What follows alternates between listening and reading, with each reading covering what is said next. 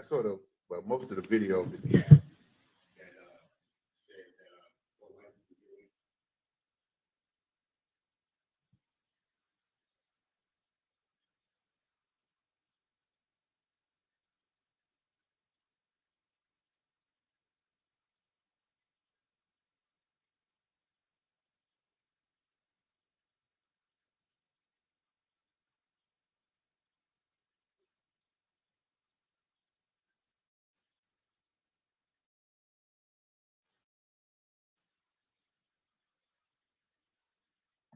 that Long.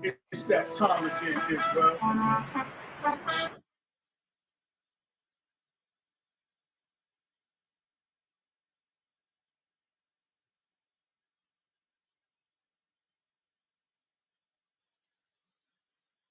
Shalom. It's that time. Shalom. It's that time again, Israel. It's the Lord's 54th annual Passover in North Carolina. Y'all know what we do.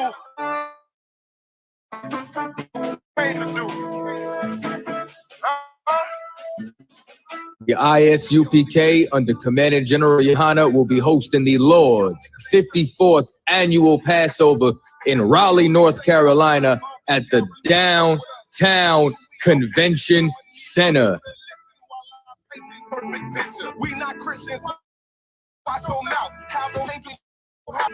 This is something you do not want to miss. Make sure that y'all bring the entire family. Oh, you think I'm bullshitting? Wait till I get richer. If I gotta go to ground, I'ma shut the town down. I ain't about to stop until I hit sand down. All you gonna see is a lot of man down. The Downtown Raleigh Convention Center.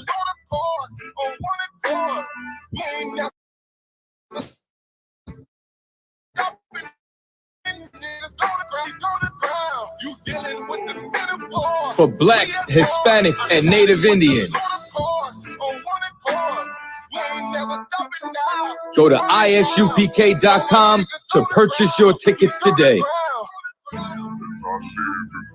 $200 per every adult over the age of 17 years old. We are not the same. No, we not related. Not stuck on lit. Death is a vacation. My camp undefeated. You cannot debate. You just want the clout. Just want great. Just trying to Down. So Raleigh, North Carolina. That's right. Commander General YAHANNA has done it again. You don't want to miss this. Who y'all saw?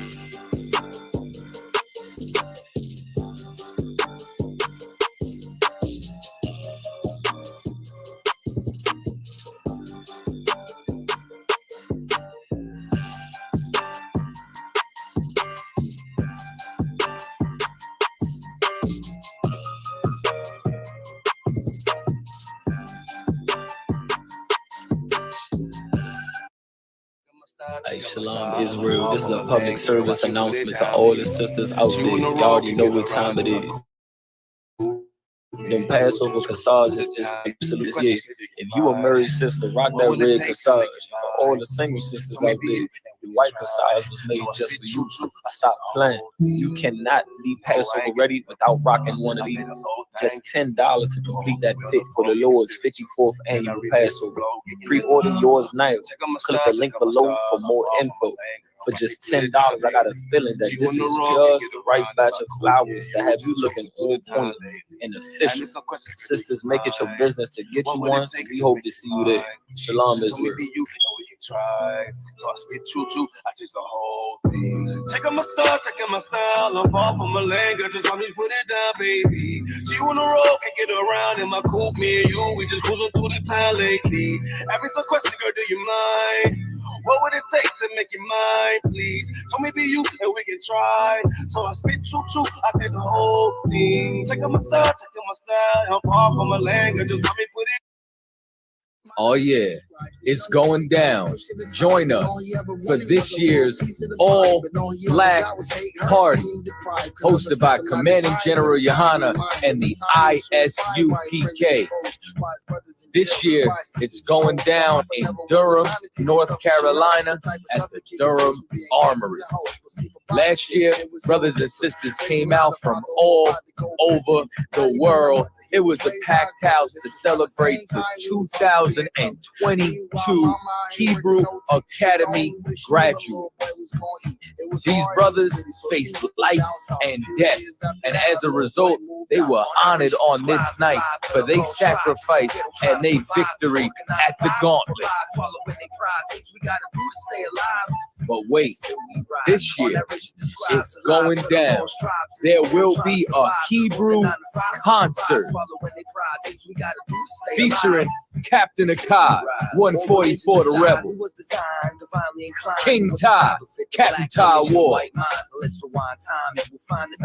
Lost Tribe, Captain Katazai, I Won Your Allah, also known as Dopey, and Officer Natazai, U.P.K. not going. Sure to check your ticket. It's going down this year, 2023, the 54th annual Passover and the annual All Black Party, hosted by Commanding General YAHANNA and the I.S.U.P.K.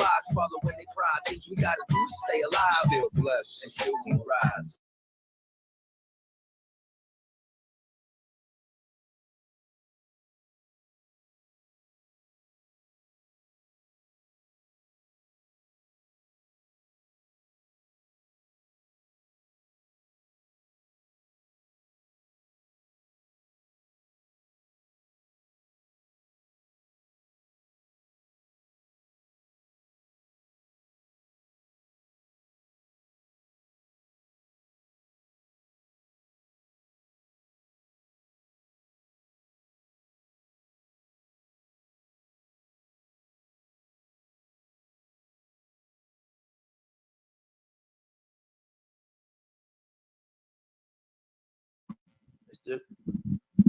Hey, Shalom, I.S.U.P.K.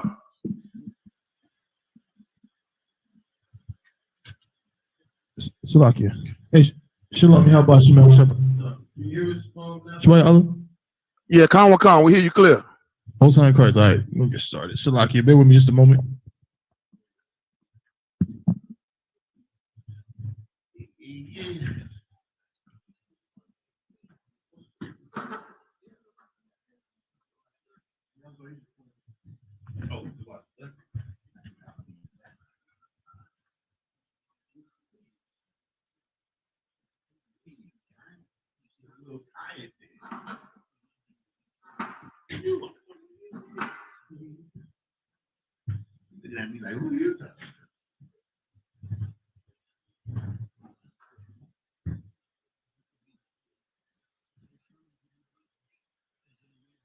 I wish I could bring my granddaughter here. She's too damn fast.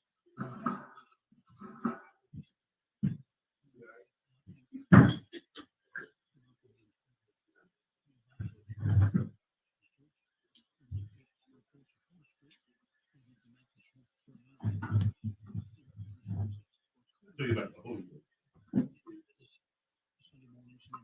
You'll bear with me, Doctor.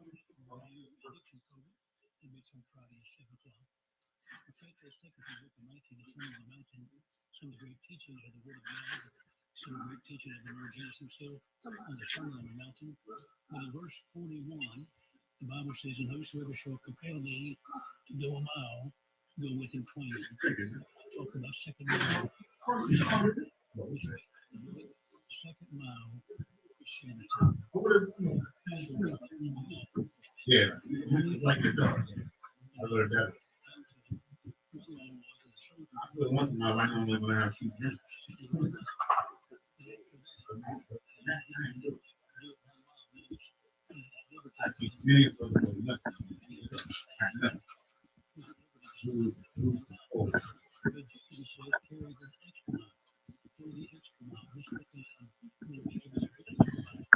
Second mile Christianity. First mile, we probably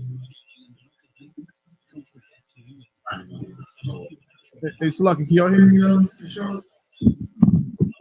Come, we hear you loud and clear, sir. Okay, I'm most high in Christ. Slucky,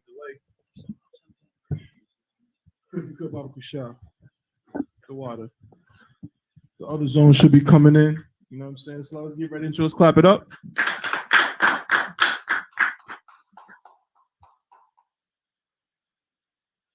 Top.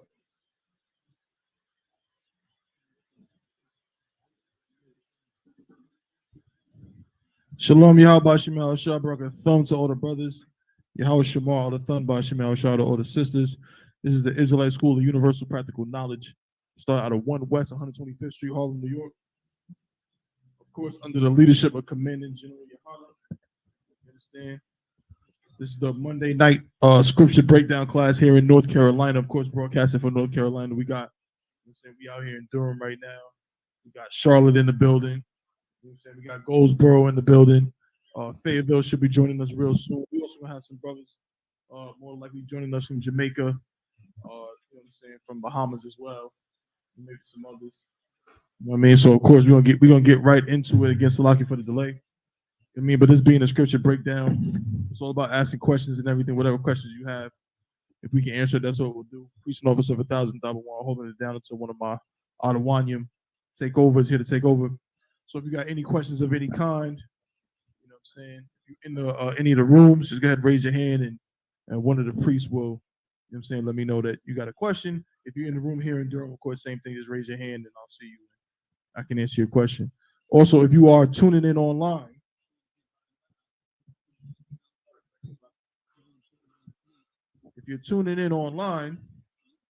then all you do is just type your question in to the chat, and you know what I'm saying, I'll see the question, and you know what I'm saying, we'll answer that way. Or you might be watching from one of the different zones. You may not be watching from the Durham page.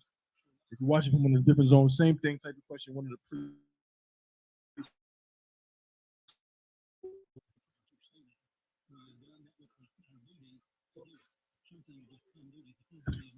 test. Shabayal or my eyes. Am I too loud or am I coming through too wide? You too wide when you're right in front of the mic, but when you move away a little bit, you go real low. Okay, no, that's to be expected. In fact, I'm gonna turn it up just a little bit.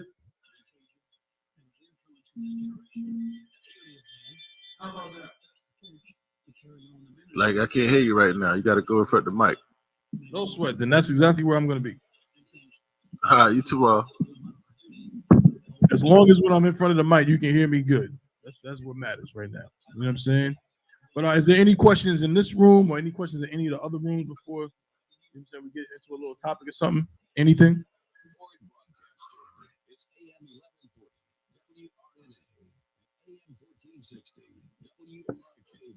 Go ahead and maximize this for y'all. Make sure. Oh, Salakia. My bad, Fayetteville. I already know.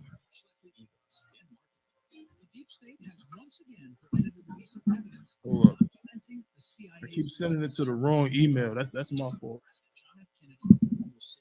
So Lakia, bear with me just a moment.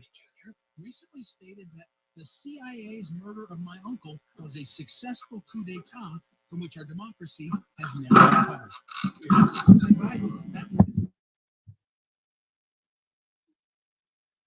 I have no idea. I think in Charlotte, I'm hearing some a little bit of, I don't know if somebody's watching the news or something. You know, when I mute y'all, it goes away. That's because I'm moving. Feedback. What's 5%. In 1992, Congress required that all withheld documents about the JFK assassination. What it sound like now, sir? I still hear it, but it's low. Donald Trump's instincts were right when he promised to release all the JFK documents while he was president, but he was reportedly talked out of it when his former. Yeah, it's pretty much. I don't think I really hear it now. I think that should be too wild. Yeah, can y'all still hear me though? See, now y'all sound real low. It might be something on y'all computer, maybe. No, we was away from the microphone. We hear you loud and clear, sir. How we sound? Okay, Salakia, most high in Christ. My bad. Y'all good to go. All right, I sent that link to Fayetteville. Salakia Fayetteville, if y'all tune in, my bad. I always send it to the wrong email. But if there's no questions, then let's get into it, man. Let's get right into it. You know how we do on Mondays, man. We like to get into some stories and, you know what I mean, what y'all been seeing, what's going on in the world. I know there's a lot. I know personally there's quite a bit going on. But let me see what y'all got, you know what I mean, that stood out to y'all. What kind of stories stood out to y'all, I mean, that's going on in the world right now that you think is pertinent?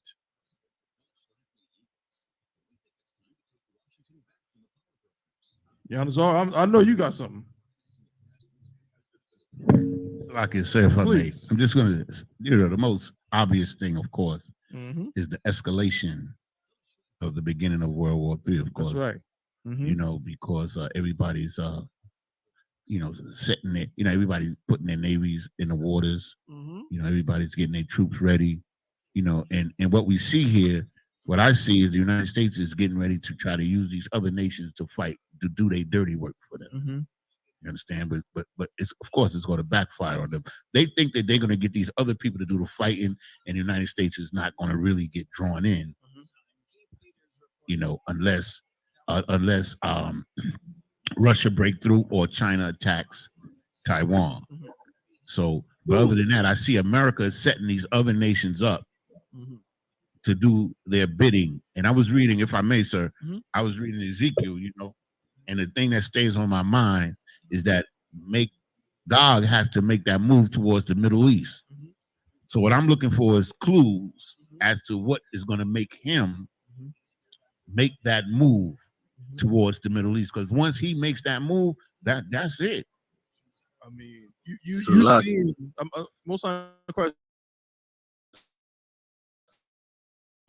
pretty scenes being planted of Gog and Magog. You seeing it, right? Like, it's like, I'm telling you, to have somebody that say that they don't believe in this Bible right now in 2023 it's like seeing somebody pull a rabbit out of a hat. Like you have got to be, you know what I'm saying, some kind of strange person. It's not normal. You know what I mean? Like, it's like you hear people say they don't believe in God, don't believe in this, man. But the proof is in the pudding. The Bible has been, prophesying everything we're seeing right now, y'all. So go ahead. Please. That the secretary, I think he's the Secretary of State, whatever he is. You said Magog, right? Of Gog. He went to Kyrgyzstan, and it's two of them. Kazakhstan and another one. He's over there now. That's Magog. Those are the. That's all. Yep. You understand what I'm saying? They're there. You know what I'm saying? It was one more thing that I wanted to say real quick, but anyway, I forgot. I forgot what. It's no sweat, brother. It's no sweat. No, it's no sweat. No, but you absolutely on it. World War III is at America's front door. But guess what? But the I.S.U.P.K been saying this in 1969. And they said we was crazy, right? Right. They said we was literally. I mean, how many times have we heard it? We just a bunch of crazy fools on the corner. Why are we so angry? These are the questions that they ask. Why are you so angry? Talking about a black man. Some black man coming to the camp, you know what I'm saying, asking us why we angry. Are you crazy? Why are we angry? We angry because you still trying to get down with the oppressor, man, and China is right there. You know what I mean? It's like just one more step. It's like nice. You know what I mean? It's like nice about the cave. It's like somebody has something. Salaki, sir, if I could. Yeah, boss. I got 2 quick points. What you said Please, about China being right there. I'm just hoping that they give Russia that lethal aid that they requested. Right. That might be that one final step right there, because the United States said they're going to sanctions and all of that. But the other thing I saw today was that Iran is closer to their nuclear program, further along in their nuclear program than anybody expected. Wow. They have reached the level of enriching their uranium to 84%. Damn. And all you need is 90% to construct the nuclear weapon. Good night. It could be weeks away. I'm telling you, man, the water for that, boys. Christ, if I may, sir, that's what he just said is deep, because now, because of that, Israel is preparing. America's not going to do it. They're going to use Israel to do it. It's preparing to attack Iran because they're able now to make it. They're getting ready. They're setting it up right now. You understand? So if that might, now Iran is aligned with the Soviet Union, right? So that might be the precipice. Former Soviet Union, I know what you mean. I mean Russia. Yeah, Russia. So that might be if because they sending Russia the drones and everything, the drone technology and everything that Russia has is from Iran. Right. So if Israel attacks Iran, that might be it. That might be the reason for Russia to go in there. It could be. We'll see. I mean, we're talking about some heavy artillery, literally. You know what I'm saying? We're talking about megatron bombs, neutron bombs, stuff. You know what I'm saying? Atomic bombs is nothing compared to an electron, neutron, megatron bomb. It's nothing. What you saw in Hiroshima and Kawasaki was child's play compared to what all of these countries have right now. You understand? And I remember somebody asking me, basically, long story short, like, when are black people? When are we gonna start a war? A nigga, Salaki, a brother, asked me this, like, well, when are we gonna start? We need to get together and fight against and get some guns and all of this. What the hell kind of guns you gonna use against a nuclear missile? You know what I'm saying? You got weapons right now that can. But my brothers be telling me, because they be up on all that military stuff, right? And they be telling me that you got like all kind of weaponry that can go from one side of the planet Earth to the other side in like 45 minutes and destroy an entire, like a moderately sized city. People gonna get guns and Latinos and Native Indians. We gonna get some AKs. You know, get some pistols or whatever, and try to go to war with Russia. Try to go to war with America. That's a joke. So, like, did somebody have something? I got something. So, like, I thought I heard something from one of the zones. My bad. No sweat. Yeah, one of the captains, I think it was Captain Mashak, said on Saturday night. I think it was. He said, if you need scriptures to prove to you that the white man is the devil, you in trouble, boy. Right. For real. That's right. Give me Salaki. Give me 2 Corinthians chapter 10 and verse 4, Bible Kashah. Real quick. Whoever get it, it's a while. But yeah, give me 2 Corinthians chapter 10 and verse 4. Because this time, the time is we are drawing near the end of it. You know what I'm saying? We are drawing near the end of this world. You know what I'm saying? Destruction is coming to this place, and I'm telling you, you better be prepared for it. If you Black, Latino, or Native Indian, You better be prepared for it. You know why? Because you don't control a Megatron bomb. You don't control a neutron bomb. You don't control an atomic weapon. You don't control an army that spans the entire globe. You know what I'm saying? You don't have an army. If I'm telling you something you don't know. If you Black, Latino, or Native Indian, you call yourself, you want to put on the pins, the stars and the stripes or whatever hell you call it, and think that you got an army. Hell no, you don't got an army. How you got an army when the same people that you fighting for, the people that, you know what I'm saying, that kill you in the streets? What do you think is gonna happen when World War III fully breaks out? Hey, it's a lot. What happened to Tyree Nichols and what happened to Ahmaud Arbery and what happened to Sandra Bland and Philando Castile? You thought it was bad then. That was when it was quote unquote peacetime. What do you think they're gonna do when World War III breaks out? Salaki, I thought I heard somebody. Yeah, Salaki, can you hear me? I hear you just fine. Shalom, y'all. What's good, bro? It's a little crazy. It's like, if I could, that's a heavy point too. It just goes to show you how, you know, how destroyed Black people are. Because when you start talking about coming together with your own people, right? It's always a battle with our own people. Why we should not fight against the oppressor. Why we shouldn't, you know, fight against them in any kind of way. But the second a Black man joins the U.S. military, if the U.S. military orders them to go kill all the Japanese children, there's no fight. There's no fight against killing the Japanese children and being against Europe or being against Japan or Russia or wherever. But when it comes to being against the actual adversary against our people, that is when we have to love everybody. God is not about warfare. God isn't about gathering your men together and training them in Hebrew Academy and building up strong Black men to defend our people. That's radical for them. But of course, becoming a skinhead and a jarhead and getting U.S. tattoos and going out and bombing every other nation of piss, of course, that's not radical. That's just patriotism. You understand? I'll land my point. Salam. Damn right. Don't get that brother hand, man. That's an excellent point. Excellent point. You know what I'm saying? Because it's so right what he's saying. It's so right. They ask questions every time we do what we do. We go out on the streets in them highways and byways, man. And what do they always say? I can't get it out of my head because I done heard it so many times. Get a job. Take that back to New York. You be on, you know what I'm saying, in somewhere in Florida, in Georgia, in North Carolina. Like, take it back. Go back to Harlem with that. You know what I'm saying? But if we were sitting up here talking about, you know, join the reserves, we were sitting up here talking, everybody would be down, right?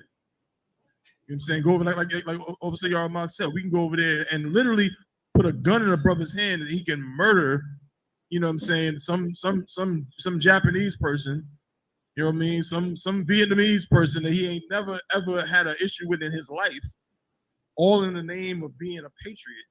That's fine.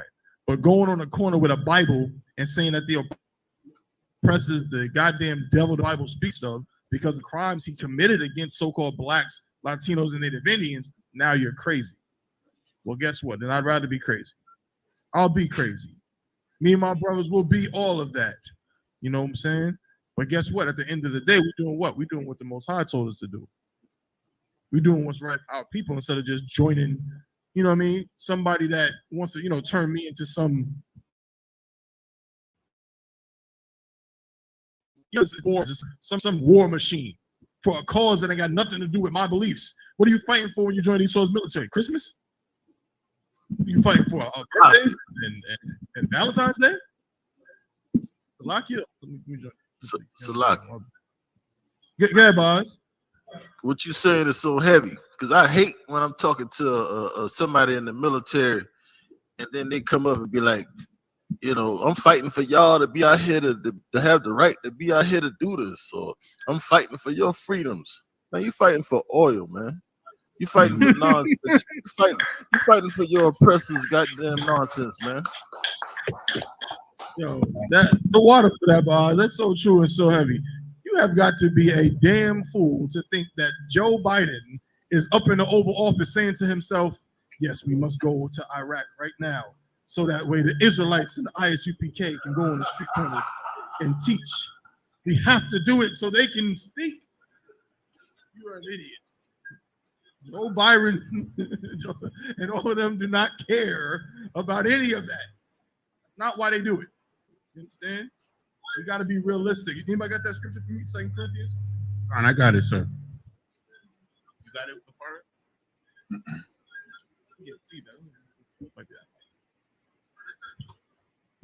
I got it. You got this over. This is the book of 2 Corinthians, chapter 10 and verse 4. Yeah, the water, sir. For the weapons of our warfare are not carnal. Weapons of our warfare are not carnal. What does that mean? That our battle is not the physical battle. We don't have to worry about the physical battle that's going on in the earth. Right. Or, the battle of the flesh. Mm-hmm. Give me some examples. So if the weapons of our warfare are not carnal, you know what I'm saying? Then what are the weapons of our warfare? The weapons of our warfare are the spiritual things. The things that keep the spirit in alignment with Christ and the Lord in Christ. Those are our weapons. The scriptures, the laws, the brotherhood. Those are out. When the brothers say brotherhood is a weapon, that's what they're talking about. Those things that keep us strong. You understand? In the midst of all of this chaos that's about to go down, we really going to need each other more than ever at that particular point. Damn right. Salaki, if I could, I see Cap. And with that, I'm gonna pass the class over to priest and captain of 13,000. Go ahead, top one. What we looking like tonight, Akim? You're good to go? You're good to go, sir. You hear me loud and clear? And one con. Come on. All right. So where we at? Book of Corinthians. Corinthians. What topic we on? Somebody had a question in the book of Corinthians? Sir. Obviously, Yanazar had just brought up. I was saying, what's the stories going on in the world right now? And he was just saying World War III is like on the brink. You know what I'm saying? So I just brought up this scripture if I could, sir. Okay. Who's reading? Sir. Also, Yanazar was reading, sir. This is the book of 2 Corinthians, chapter 10 and verse 4. For the weapons of our warfare are not carnal, but mighty. Come on, sir. You'll understand what it's saying, right? Come on, it's saying it's not carnal. Trooper in Fayetteville, what is that saying?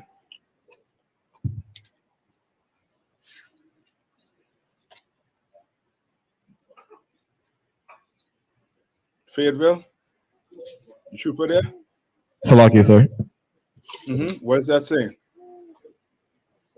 Salaki, so you can go back. All right.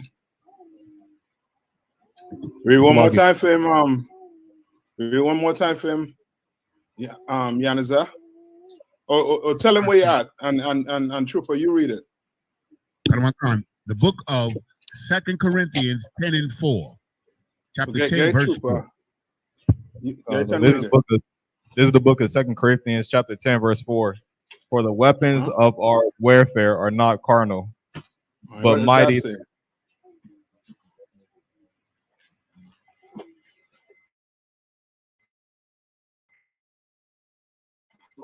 Hold on. Get it for a minute. For the weapons of our warfare are not carnal. But that's speaking about like actual guns, like actual guns and stuff. The mighty through God. So you said it's not carnal. Oh, that's like actual killing with. Yeah, you own it, but just bring it to me smooth. Just pretend I'm how to put it, 11-year-old or 12-year-old. And I'm asking what do you mean by it's not carnal? So basically meaning that we're not going to be having to do any of the killing or anything that God's going to do. Meaning, when you say the weapons are not carnal, what do carnal weapons do? What do you what is a carnal weapon? Carnal is like big nuke guns. All right. So in other words, he's saying that what you are not going to pick up a what? A weapon. Any weapons? Physical. Any weapons? Yeah, but this is what you all want to do. You want to paint the picture. You understand? You saying any weapon, meaning what? What weapon we talking about? What brothers using right now? Okay, I think we back. So, like, sir, can you hear me? Yeah, we hearing you perfect. What brothers doing right now?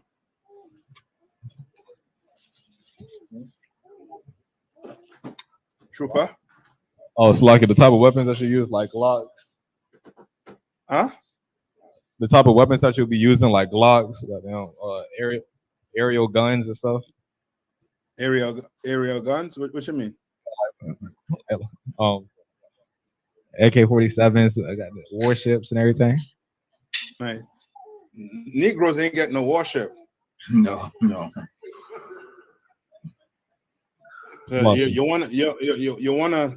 You wanna focus more on your people.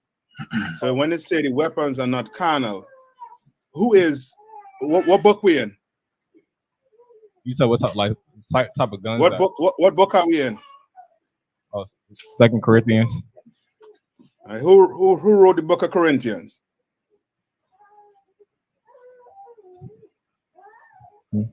Paul. Right, and who is Paul speaking to?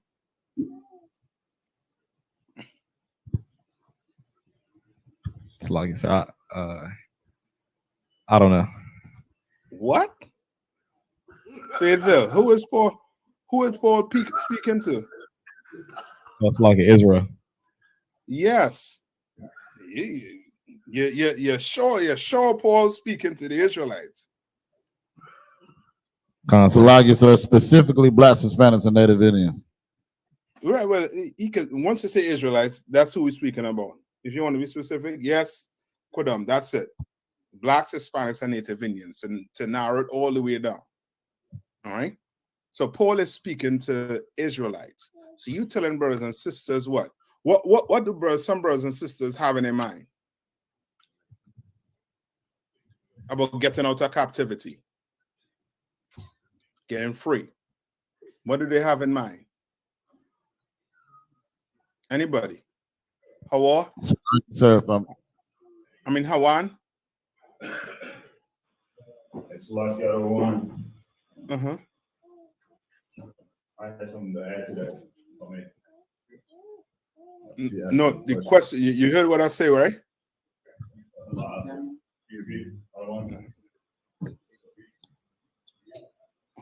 You all with me today? Testing 1, 2. Salaki, sir. Salaki, sir. I would hear that. I alone speaking to myself.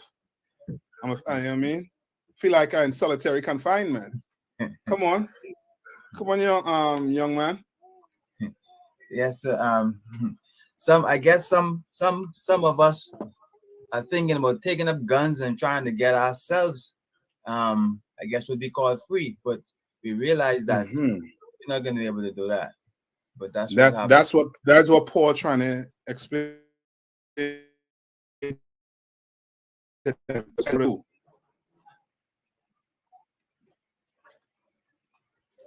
Brothers like who? Salagi, sir. It's like Peter. No, not Peter. But I know why you say Peter. Because Peter, in his mind, even though he was with Christ, he thought they would have to do what? Fight. He took a sword out to try and fight. But I know why I say Peter. But Peter was with Christ, so Christ would not allow him to do it. Right? But who was not with Christ? Come on. Judas. Judas was not with Christ, but Judas was not trying to fight. Judas was trying to do what? Get money. Yeah. That's Judas' biggest Jew. Judas was not in the truth. He was trying to get money. He was trying to get paid. But there's somebody in there, one of your brothers in there, who was zealous about fighting the Romans. And I just basically give you it.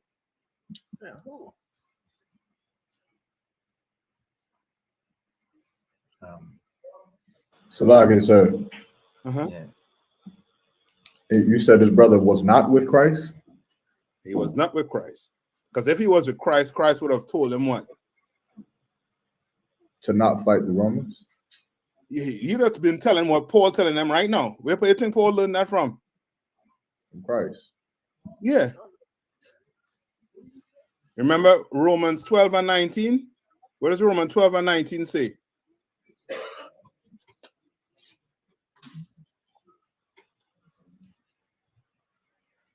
Come on. So like sir, Romans 12 and verse 19.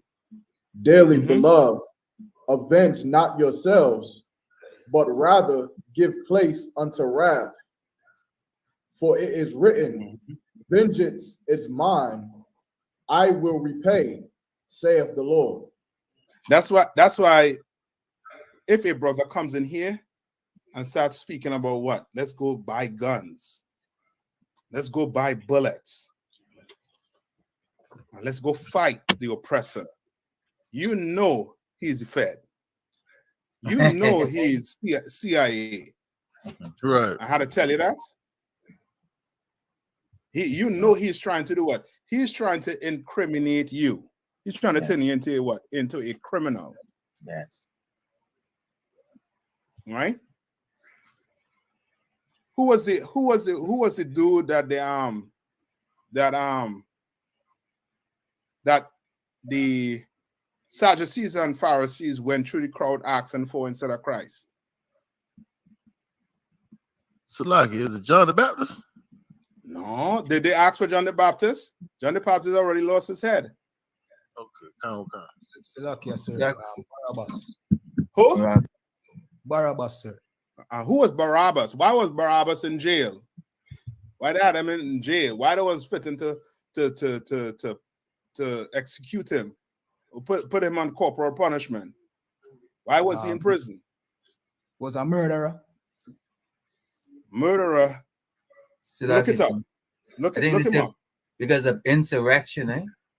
Yes. He was trying to do what? I guess rebel and incite people. Yes, he was trying to fight the what? The Romans. The Romans, yes. Look him up. Look and see if he's in the Apocrypha. Not the Apocrypha, in the Bible dictionary. Or look him up in the Bible. What's his name? Barabbas, right? Come on, look up Barabbas. Come on, let's see. Let's see who Barabbas was working for. Anybody find him?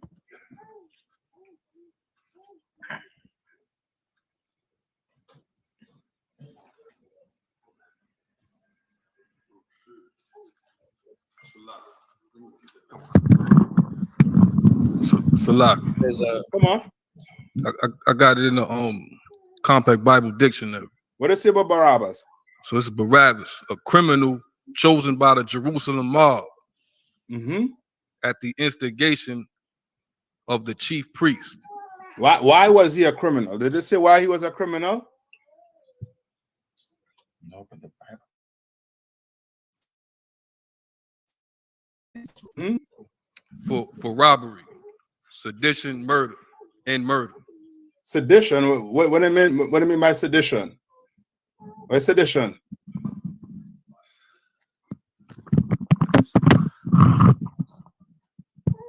Salakia. Sedition is like government overthrow. Yeah. Barabbas was trying to do what? Rebel. Now you understand how wicked your so-called black leaders was. Go ahead, Shabayala. I got the scripture in Mark. Come on, go ahead, read it for them. Tell them Khan. This is the book of Mark, chapter 15, verse 7. And there was one named Barabbas, which laid bound with them that had made insurrection with him, That who what? had committed murder and insurrection. Murder and insurrection. You go pick up guns to go fight your so-called oppressor. You're going to be charged with being what? A what? A murderer and what? And with sedition. You understand? In other words, you're going to be what? It's like it, January 6th. Yes. Yes, somebody just said it. In other words, you're going to be a what? Criminal. A criminal. And we don't have criminals in the UPK. That's right. You understand? We don't have brothers or sisters in here that is bent on breaking laws. No. The Bible is a book about laws. We follow laws. We follow all the laws in the Bible. Everything. We are not supposed to what? Thou shalt not what?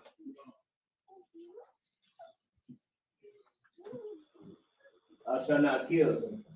Thou shalt not kill. In other words, thou shalt not be a what? A murderer. A murderer. You understand? Can't do that. So now go back to the scripture you was reading, young man. Not young man, trooper in Corinthians. Come on. Could you just correlate this with what's that group? The NFAC group, whatever. Which NFAC? You talking about that black group? Con, sir. Okay, you can't do that because is it illegal to have a gun in America? No, it's not illegal. You could have a gun once it's legal, right? Can you shoot your gun? Meaning, can you practice? Can you train? Con. And when you train shooting a gun, what are you training for? To defend yourself, sir. So yeah, self-defense. So you could train for self-defense. The problem is if they're saying that you're going to join us to come take over the government. No, that is Barabbas. You understand? Con. All right. So you know what I mean? That's just a group, just like what? Black Panther. Not in the truth. I mean, have some knowledge, but don't have what? What they don't have. Have knowledge, but what they don't have. Righteous leadership. You right when you say the truth, but are looking for a word that's in the Bible that defines that you are in the truth. What they don't have. Starts with a W. It's a lie, sir. Wisdom. Yeah, they don't have wisdom. That's right. They have knowledge. They have knowledge. Knowledge meaning what? They know the laws when it comes to what? Having a gun, owning a gun. They have that knowledge. But they don't have the wisdom to know that this gun is not going to save you. You understand? They don't have that wisdom. They think that this learning, having a gun, this that is going to save them on the day the Lord come for you. On that day when the Lord come for you, you could have about 100 clip in that drum. And you're going to what? You're going to die. That's right. You understand? You could train, what, 4 hours a week on the range. When the Lord come for you, you're going to die if you don't obey him. You understand? They don't have the truth. They don't have the wisdom. Not what?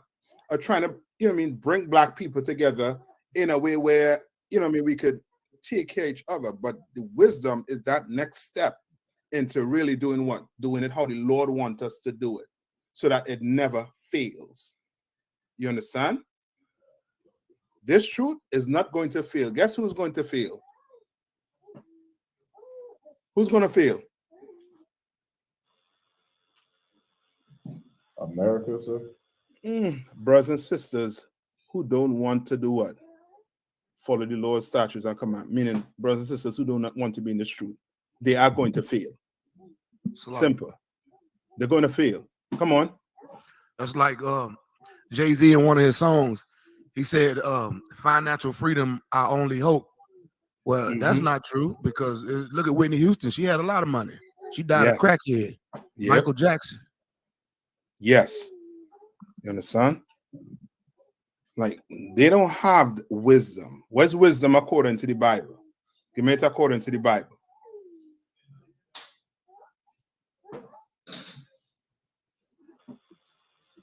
Like I said, Come on. fear the Lord is the beginning of wisdom. Yeah, give me what you say. Come on. Pull that precept. Remember, you know, brothers and sisters listening online, they want to know where you're at. Like I said. Come on. I believe it's Deuteronomy chapter 4, verse 6. Read that for me. Let me hear. Deuteronomy chapter 4 and verse 6. Keep therefore and do them, for this is your wisdom and your understanding in the sight of the nations. Right. So what you want to do is the them. You want to get it them. Where's the them? In verse 5? So read verse 5. Verse 5. Behold, I have taught you statutes and judgments. Very good. Statutes and judgment. He didn't teach you the laws of America. You understand? He didn't teach you how to legally own a gun. Right? He didn't teach you that. He teach you the laws in this Bible. The laws according to the Lord, the Most High. Right? Read on. Even as the Lord my God commanded me, that ye should do so in the land whether ye go to possess it. Whichever land you go to possess, whichever land you're in, the Lord required to do what? Follow to do the Lord's statutes and commandments. Nigga, you could be on the moon in a spacesuit. You better not eat no pork. Or I mean, you better not say you find a space lobster and say it's a delicacy. You understand? You're gonna be in some serious trouble up there. Right? Read on. Come on. So like I said, keep verse 6. Keep therefore. Somebody hold on. Somebody says Salaki. I had another precept, but I didn't know he wasn't finished with that one. Yeah, so finish this one off. Yerma, go ahead. Verse 6.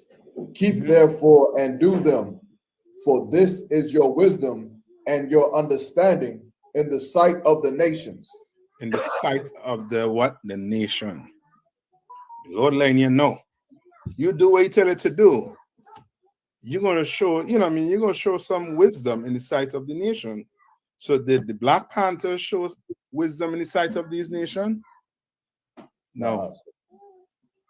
Did the NF whatever group show wisdom in the sight of the nation? No. No. They don't. But the I.S.U.P.K do. That's right. They keep on pretending, turning their back on us and pretending like, you know what I mean, like they ain't seeing us. They're seeing and hearing us. That's right. You understand? The earth going to know that what? That this wisdom that's in this school is what's going to save Blacks, Hispanics, and Native Indians. That's right. Not guns. Understand? So FBI or CIA, whoever taking notes, we ain't trying to, you know what I mean? Our guns is for self-defense. That's right. You know what I mean? We go hunt, kill a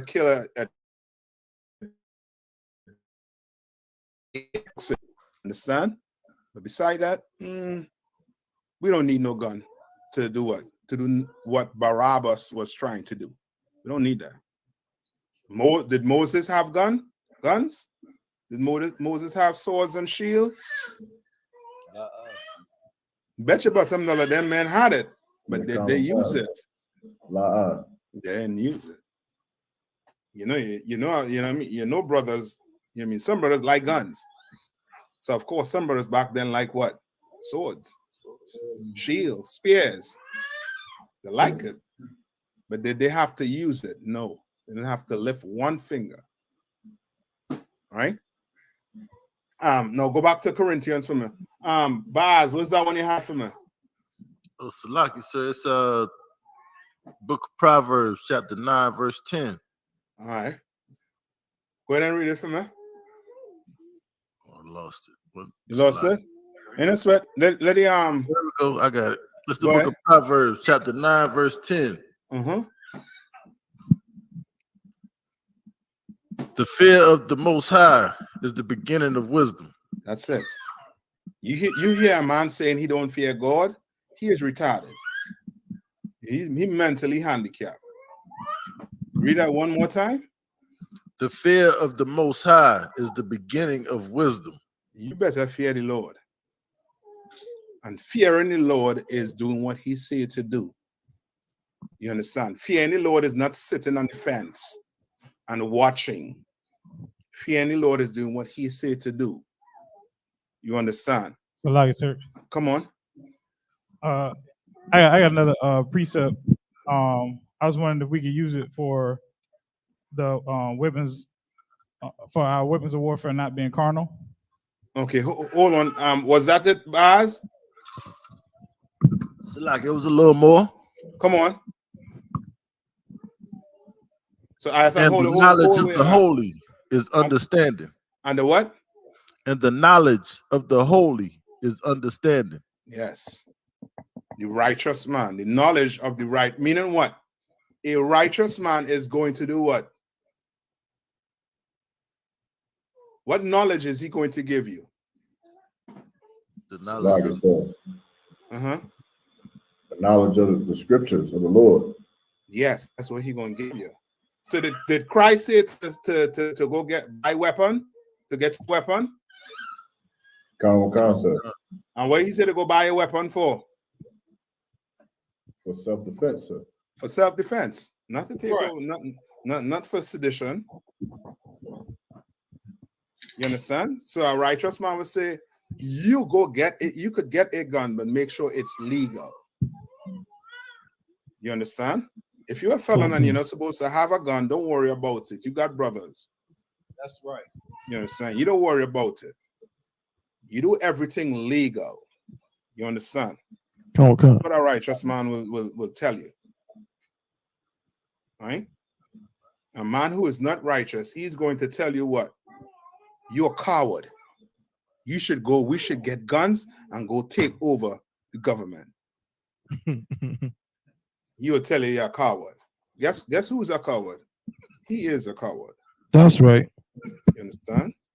Because he can't come in here and do what? Follow orders.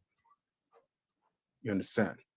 You show weakness when you can't follow orders. You understand? Strength is not in you disobeying orders or you being self-righteous or you being the one calling the shots. No. It shows strength to follow orders, Ak. You ain't weak, you ain't no coward. A coward is scared to follow orders. You understand? Because he's thinking about himself, self-preservation. You understand? He's not thinking about anybody else. He wants justice for himself. So guess what he's going to tell you? Let's go get guns. This is what he wants. You understand? Don't be fooled. Anybody coming in here telling you we're going to buy guns and why we don't go take over the government? What does scripture say? Mark them that cause what? Division. Yeah. You better put a mark on him. You better come tell me quick. Come on. It's like, come on.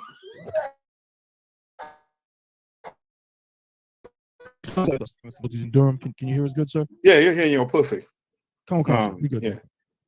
Yeah, you hear some brother coming to you and saying, yo, let's go, you know what I mean, buy guns, let's go get cop and tell him, you know what I mean? I have the money for it. All right, nigga. Bring it in, let me get it. We need vans. Yeah. We got to pay rent. You know what I mean? We have schools to build. Come in here and tell me nothing about buying guns, this, that, the other, to go take over. Nothing. All right? So finish reading the Corinthians. I thought what you had for me. Come on. Let him read this, start over, and then you'll go to it, Iphone. Come on, sir. This is the book. This is the book of 2 Corinthians, chapter 10, verse 4. Uh-huh. For the weapons of our warfare are not carnal, right, but mighty through God to the pulling down of strongholds. Very good. No, all right, son, let me hear what you have. Come on. I was asking if it could go basically with that as a precept and with what we was just talking about with the wisdom. Come on. It's the book of Proverbs, chapter 2, verse 6. For the Most High giveth wisdom, out of his mouth cometh knowledge and understanding. Verse 7. He layeth up sound wisdom for the righteous. He is a buckler to them who walk upright. Yes, that's a good precept for that scripture. Because he's saying that what? He is the what? He is your what? So like the shield, sir. So he is your what? Your protection. Yeah, or your what? So like your weapon. Yeah, your weapon. He ain't just, you know what I mean, your shield alone. He is what? He your weapon. What does I believe it's Exodus 23 and 25. Get that from me. What does that say? Where it say, I will be an enemy unto your enemy.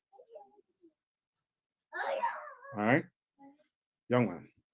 Hey.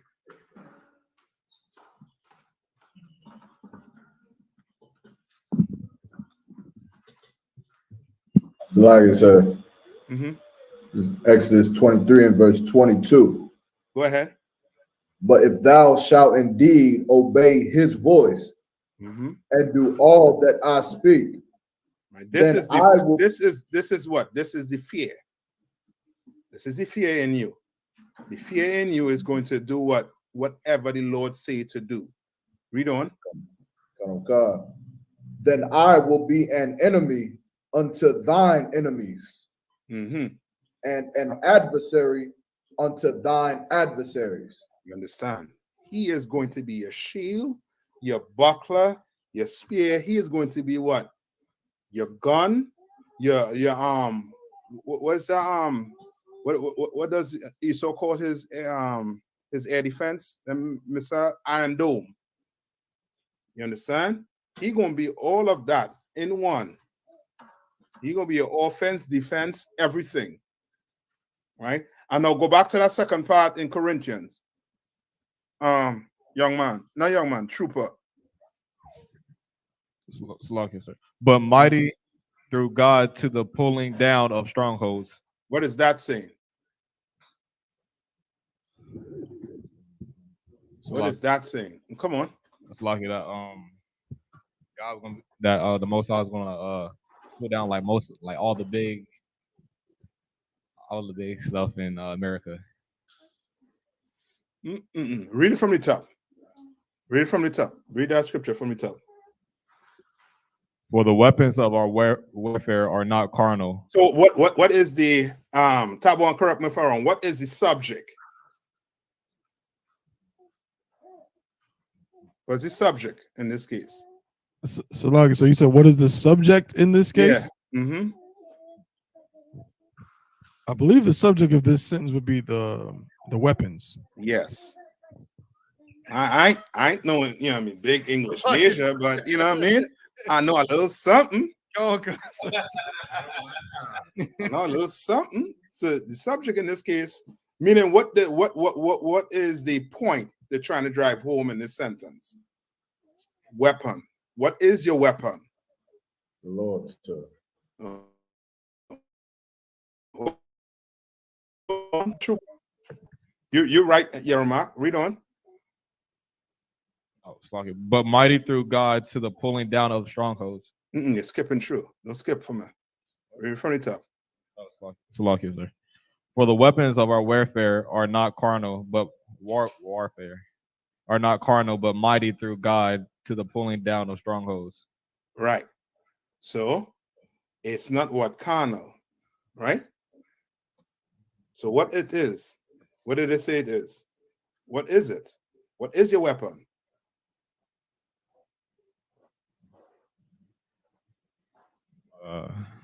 Yermak, what is your weapon?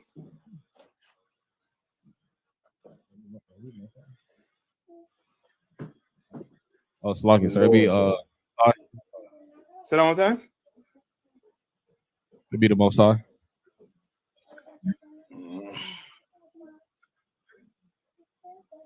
Slocky. The way you'll get offended, but that's what Christians say. I want you all to, okay, a way to bring it home. Where's your weapon? Come on, Shabayala. Come on. Is it obedience to the Most High's law, statutes, and commandments? Can I get an example? No. I understand what you're saying with obedience. Obedience is like the it's the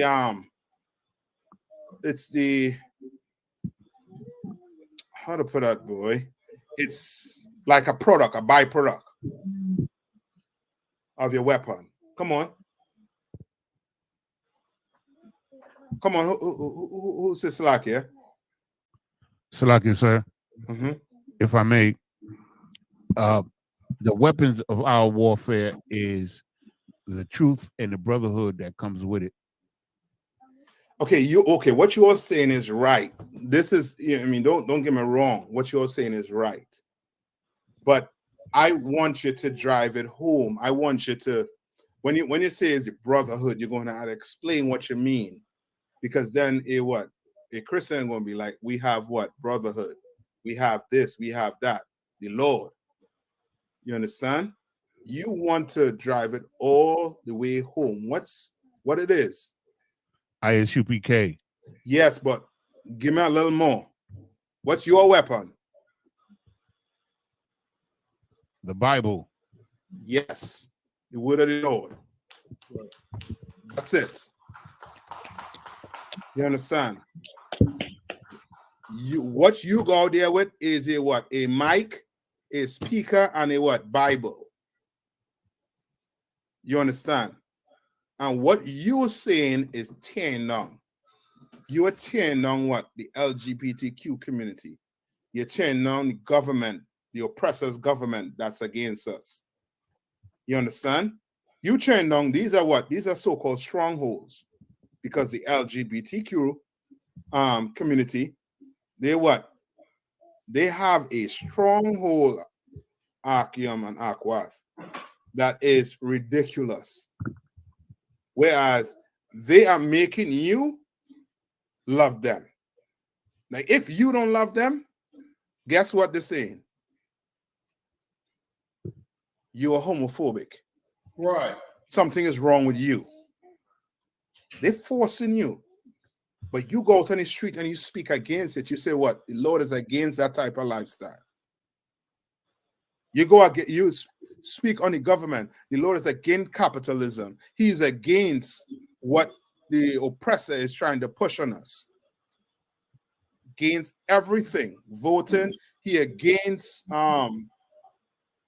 this Martin Luther King. He against all of this. You are tearing down strongholds with what? With the Lord's words, with the Bible. You do it every Saturday. Right. You understand? I should say every Saturday, but you do it every day. Come on. Like, could you use Hebrews 4:12? Come on, read it for me. Hebrews 4:12. For the word of God is quick and powerful and sharper than any two-edged sword, piercing even to the dividing asunder and arrow, and is a discerner of the thoughts and intents of the heart.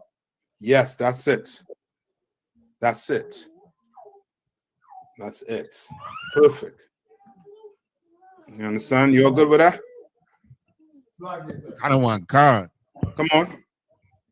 I had a question. Yeah, come on. Somebody give me the mic. Wait, who had a question? That goes borrow. This is Trooper Nadia. Hey, goes borrow. Tell them come closer to the mic. Go ahead. Can you hear me now? Yeah. Sir, can you hear me? Yeah, I can hear you perfect now. The LGBT ABCs Slovakia. No, But, LGBTQ. Come on, sir. I had a question. Would you count them as schizophrenic? Would I count them as schizophrenic? And when they say count them as schizophrenic, meaning what? Like What's a schizophrenic? Like they think they're one gender, but they're actually a male or female. I wouldn't say it's. Look up what schizophrenic is. I think it's more like bipolar or something like that, right? Look up what schizophrenic is.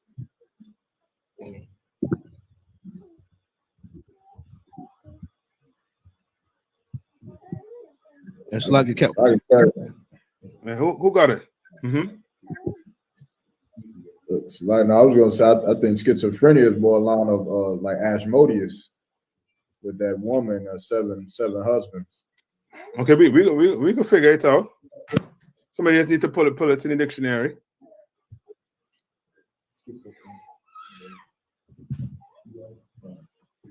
Somebody got one.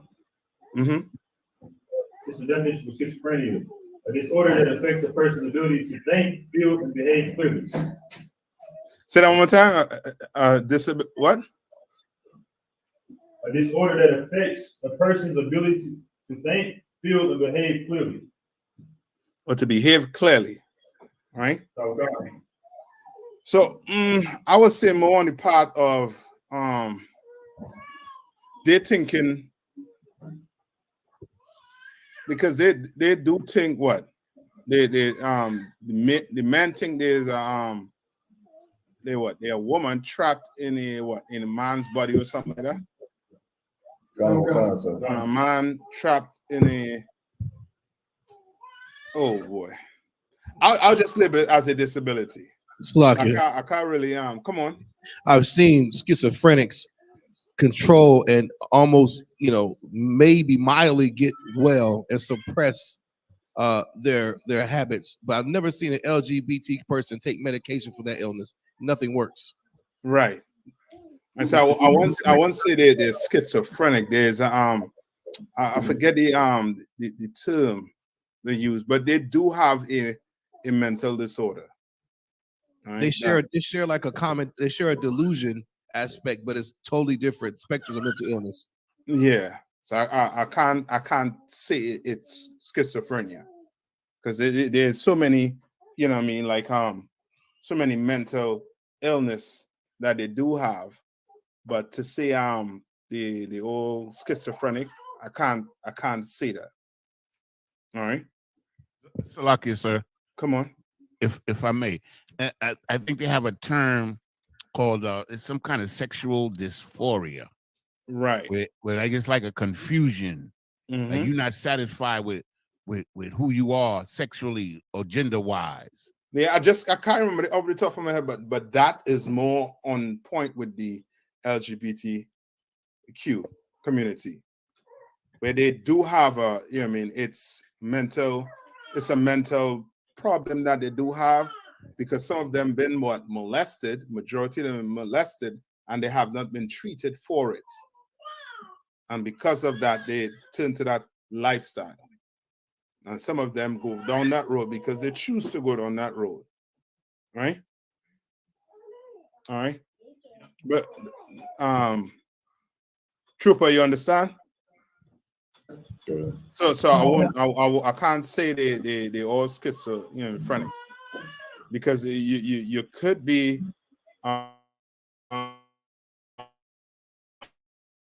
we have that alternative lifestyle and still suffer with schizophrenia. You can still suffer with bipolar and these other disease mental illnesses.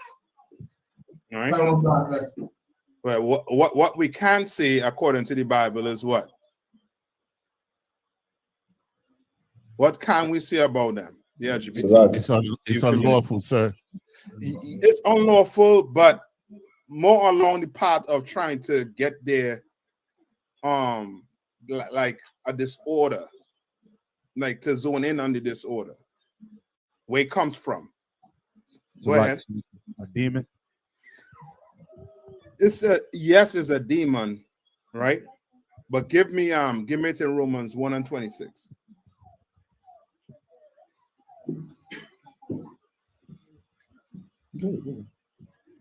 Gotcha. Help there.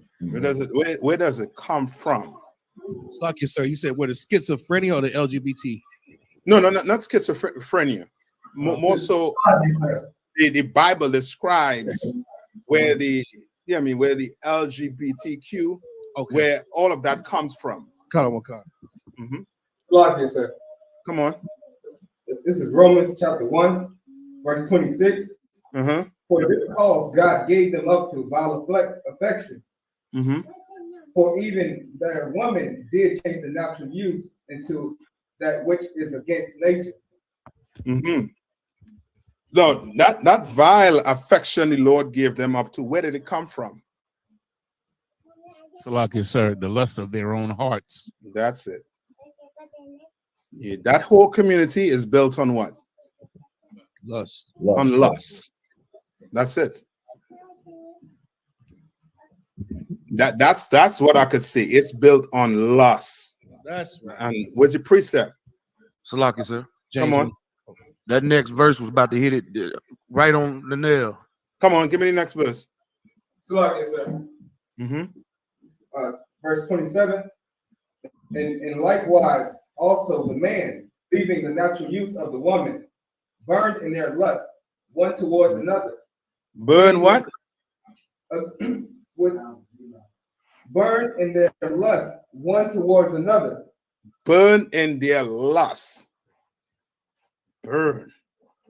It's like, you know what I mean? It's like they have, you know what I mean, something that you just can't quell. You tell a brother he can't do this, and guess what? He's going to leave off from here and he's going to the male strip club because it's burning him. It sounds like crack, sir. Yeah, that's what it is, basically, to them.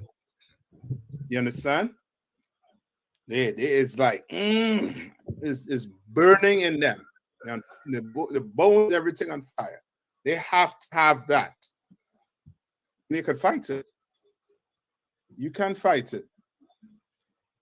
You know what I mean? Brothers, sisters of that, you know what I mean, in that LGBTQ community, you can fight it. The Lord give you all the tools to fight it. All right? Come on. Men with men working that which is unseemingly. Right. So that's it. That's it on that. It comes from lust. That's where all of that comes. That community is built on lust. That's all. So nothing else. Come on. It's like I got a question. It's like this may be like a council question. So Salagi, if it is, but what's like the protocol? Like, I mean, how will we handle it? Let's say a brother comes to class and he tells you in private, I'm a homosexual. I've dealt with men. I've done this. I've done that, and of course, as a teacher, you're like, okay, well, I'm not about to, tell that to the whole class that he's done this. But let's say the brother stays in the school. He comes in, he changes his life, and he's in here. He gets a name, and then he says, I like Sister Shasha. Is that something where because I know we knew brothers, but is that something where the sister, he would have to tell her that, or is that something where he could just just forget about it, or a good question. So let me get it this. Now from is a brother comes in. He's a LGBTQ, right? He lived that alternative life. He comes to class, right? And from Joelina, he changes his name. He gets a Hebrew name because he came to class and did his 90 days and did what he's supposed to do. But in those 90 days, it tells you, they call me Joelina. This, that, the other. Right?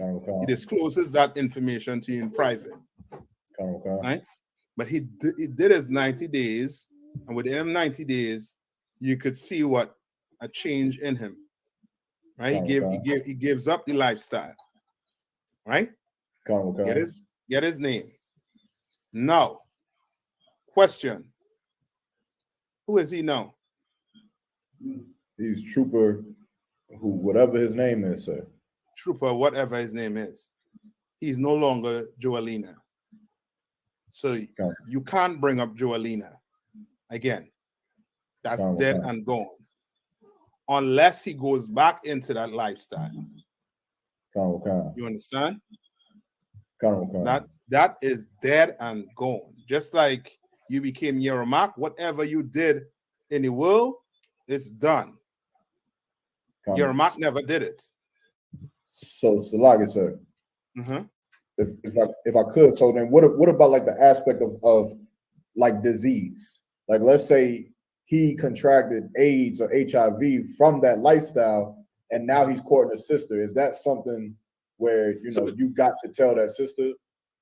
Good question. That's why we have protocols in the school. So the protocol is you do what? Everybody do what? The 6 months, right? Or I should say this is a 6 months a year rule, right? So the sister does the 6 months, right? And you want to court the sister, the trooper who was such and such in the world, right? Who has now you're throwing something else into the mix. He has HIV, AIDS, right? Now he decides to court sister such and such. There's rules and protocols to this. So the rules is when you're courting, what cannot happen? You can't touch. You can't do anything sexual. All right? Can't touch nothing. Nothing like that. You're courting. You have to get permission to even do what? Hold hands.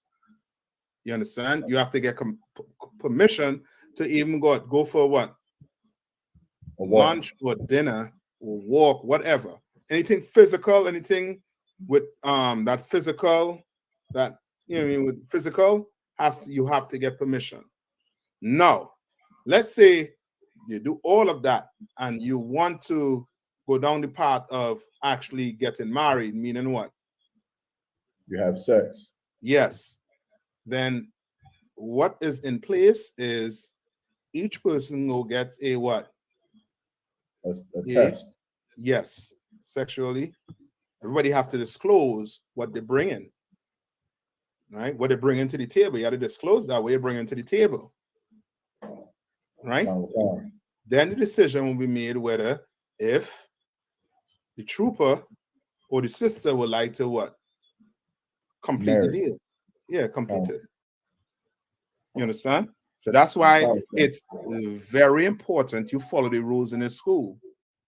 Because you don't follow the rules in the school, you could end up with a sexually transmitted disease. And then wonder what? Then you're going to blame Captain Isupk? No. You didn't follow the rules. You were hot in the pants. You understand? And you wanted this. And you what? You burn in your what? Your lust, sir. Your lust. And burning in your lust is going to make you what? Contract. Go ahead, Shabayala. I know Shabayala. He on my mind. Go ahead, Shabayala. Tell them what's going to happen to them. You burn in your lust. You're going to burn on your genitals. Yeah, you're going to burn. Everything gonna be on fire. And ain't no water, ain't no antibiotics gonna do nothing to you. You're gonna have a full day of remembrance, or weeks or days or whatever. You're gonna I made a bad decision. And it's gonna be too late. You can't take it back. You understand? You cannot take it back. All right. So that's it with the scenario you give me. So your brother could come in here, he could change. You know what I mean? Or you know what I mean, if he come in and he is, you know what I mean, you could actually see it on his countenance. You know what I mean, he might be told, brother, take the class in online for now. You know what I mean? Let's see what happens from there. You know what I mean? Depends on the scenario. Everything, you know what I mean, look according to, you know what I mean, to what? You know what I mean? What the scenario? The water. All right. Any more questions? Any questions online? Taba one, you keep in check for me? If not, I'll get into Revelation 11 before we leave out. Salaki, sir. Mm-hmm. There's some questions online that I had to step out for a second. I'm not sure if anybody already addressed this one, but there is one question, sir. Mm-hmm. Salaki, the sister, I believe it's the Robert Pot, asked, what is the reason that we only eat lamb at the Passover? Did you address that already? No. What was the reason why we only eat lamb at the Passover? Okay. Brothers, officers, what's the reason? Like I said. Because that's the law that we eat lamb and unleavened bread with bitter herbs. Yes. You can go to the scripture for me. Put it into the Passover.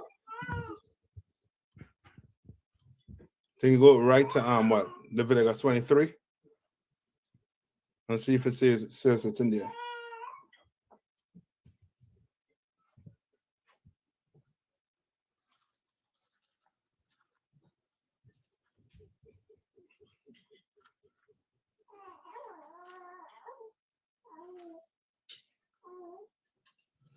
Right? And why lamb? Of you know what I mean? That's a good question. Why lamb? And anybody, you know what I mean? So what? Go ahead. Isn't it the Lord's like his favorite animal? Yes, that's one of the Lord's favorite animal. But remember, what did the Lord tell it to put? What did Moses tell the people to put on the doorpost? The lamb's blood, sir. So how you getting lamb's blood? What you have to do? Kill the lamb, sir. You gotta put our lamb to death to get our blood. And we don't waste good meat. You understand? So if you kill lamb, you had what? Meat. So you did what? You cook it, and you had what? Unleavened bread, and you had to do what? You had to eat it and move in what? In haste. Understand? That's the reason why the eating lamb is to do what? Why are we eating the lamb today? To remember. That's it, to remember. We eating lamb to remember what the Lord did for us on that day when we had to leave out of Egypt. Right? We eating it to remember. We eating lamb and you what? We drinking what? What we drinking? Drink wine. Wine. And we eating unleavened bread. Every Israelite has to do that on that day. So you could be a vegan for 364 days. But that one day, you better eat that meat. That one day better not be vegan. You understand? That one day you're going to eat a lamb that ate some good grass. You understand? That was nice and juicy. You're going to eat it. They're going to tell you how to cook it, everything. And we do that so that we remember that the Lord put these Egyptians, these Africans, to death for what they did to us. That's right. That's right. Salakia, sir. Come on. I have it in Exodus. Go ahead. Exodus chapter 12 and verse 8. And each and that night roast with fire and unleavened bread, and with bitter herbs they shall eat it. Verse 9. Eat not of it raw, nor sodden at all with water, but roast with fire, his head with his legs, and with the purtenance thereof. And ye shall let nothing of it remain until the morning, and that which remaineth of it until the morning ye shall burn with fire. Yeah, son, the Lord don't make joke, man. He telling you, eat everything that day, that night. Eat everything. He was making sure you was good and full, because what? You had to run out of what? You had to get out of Egypt, huh? So like I said, Come on. So I ain't wrong for getting 3 or 4 plates for the Passover, sir, is what you're saying. Once everybody get the first living. Gotta hook up. All right. Once everybody got first and second, you shouldn't be on your third. And somebody, yeah, I mean, a person ain't eat. You understand? Then I'll be praying that it come through your nose. You know what I mean? God. You know what I mean? You get sick off of that. But you understand, like, you know what I mean? That night we had to consume everything and, you know what I mean, and remember what the Lord did for us, man. Never forget. Esau does not forget what his forefather did for him to inherit these lands, to inherit the wealth. He doesn't let his forefather, he doesn't forget. But we should not forget what the Lord did for us. Never. That's why he puts it in the Bible, for us not to forget, for us to remember it, and to remember who we are. All right? Any more questions?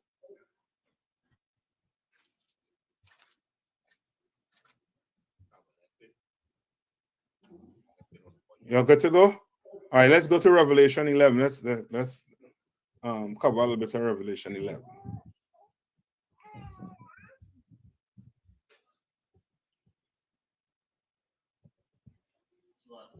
So you want to start at verse 1? Yeah.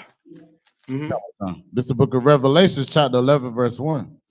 And there was given me a reed like unto a rod, and the angel stood, saying, Rise and measure the temple of the Most High, and the altar of them that worship therein.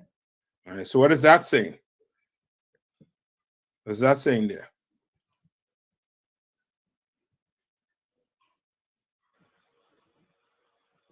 Like I said. Mm-hmm. He was having, like, he basically seeing how big the school is. Not big, the school, not so much the school. Don't think so much. And when they say the school, what you mean? Like the people, the Jews, not just the Jews, but like Israel. Not so much big, but he is speaking about the Israelites. So who's speaking here? Who's this here? John, sir. And the Revelation, you know, what is Revelation? What is John having in Revelation? A vision, sir. A dream. He's having a vision, right? So therefore, these things are what? These things are spiritual, right? Right? So John in his vision is seeing what? What is he seeing actually? I want to say actually, meaning we know the Bible from front to back is speaking about Israelites, right? Who is John seeing here? The angel, sir. So lucky, sir. Let's see, you said it before, Yerma, but go ahead, Yanaza. He's seeing everybody bound down to the Lord at the temple. Okay, not lucky, sir. Okay, go ahead. Is he talking about Jerusalem? He's like just the when it says the measure of the temple of the Most High and the altar and them that worship therein. Just talking about the bulk of the people, not the 144,000, but all the Israelites. When they say all the Israelites, what you mean? All the ones that were who's all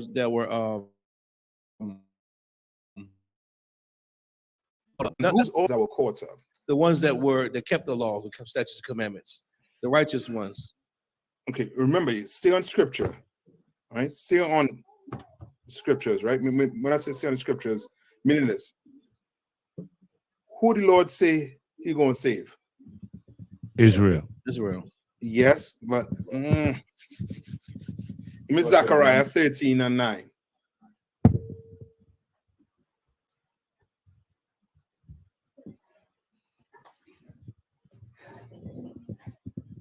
Zechariah 13:9. This is the book of Zechariah, chapter 13, verse 9. And I will bring the third part through the fire. Now hold on. He's going to bring the what? The third part through the fire. Who's the third part? Salaki, sir. Come on. It's the third of the ones who stood with the Lord. You're correct. But who's the third? What's the third? What's that third part? K 1. Gone, sir. Is that the 1/3? 1/3. That's it. Gone, sir. Yes. Right. That's why when you say Kowal, you said not just the 144,000, because the 144,000 is what? Part of the what? 1/3. The 1/3. All right. So read that verse 9 again. Zechariah 13:9. Come on, and I will bring the third part through the fire, and will refine them as silver is refined. Right. So he's going to bring the third part through the fire. You understand? Not 1/3. He is going to do what? One word. He's going to do what? Refine them. Yes. Take them.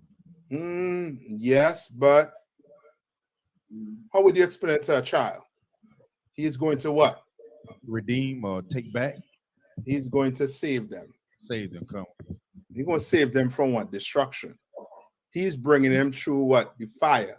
Meaning what? The destruction. This ain't the fire that you get baptized with. You understand? This is the fire that he's going to bring to the earth, which is what? World War III. World War. Yes. Yes. So he's going to bring you through that fire. Third part of them.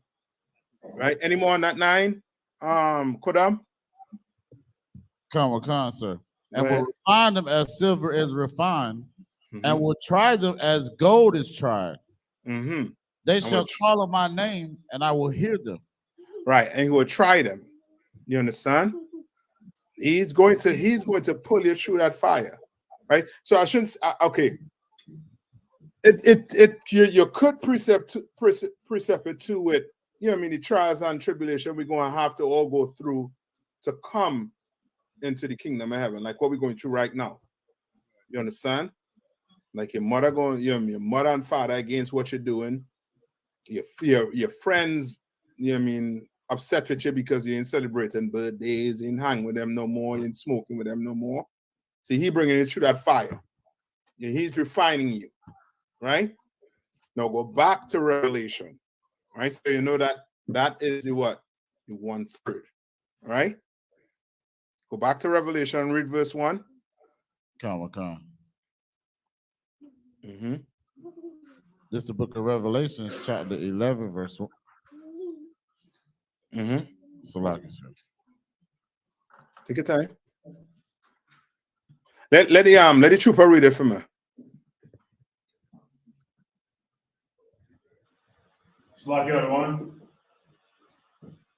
No, in Fayetteville.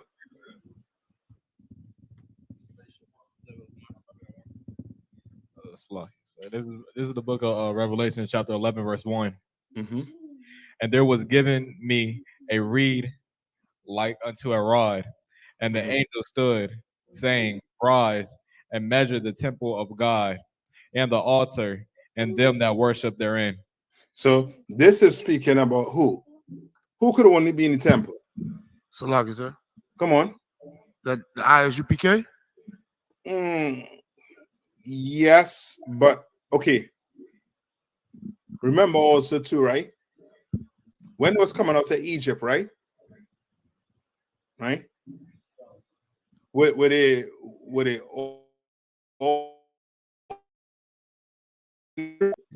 how you know there wasn't all in the truth? Sluggish, sir. Because it was a mixed multitude. The ones that believed in Moses, the ones that didn't, they all got thrust the hell out of there. Yes. You understand?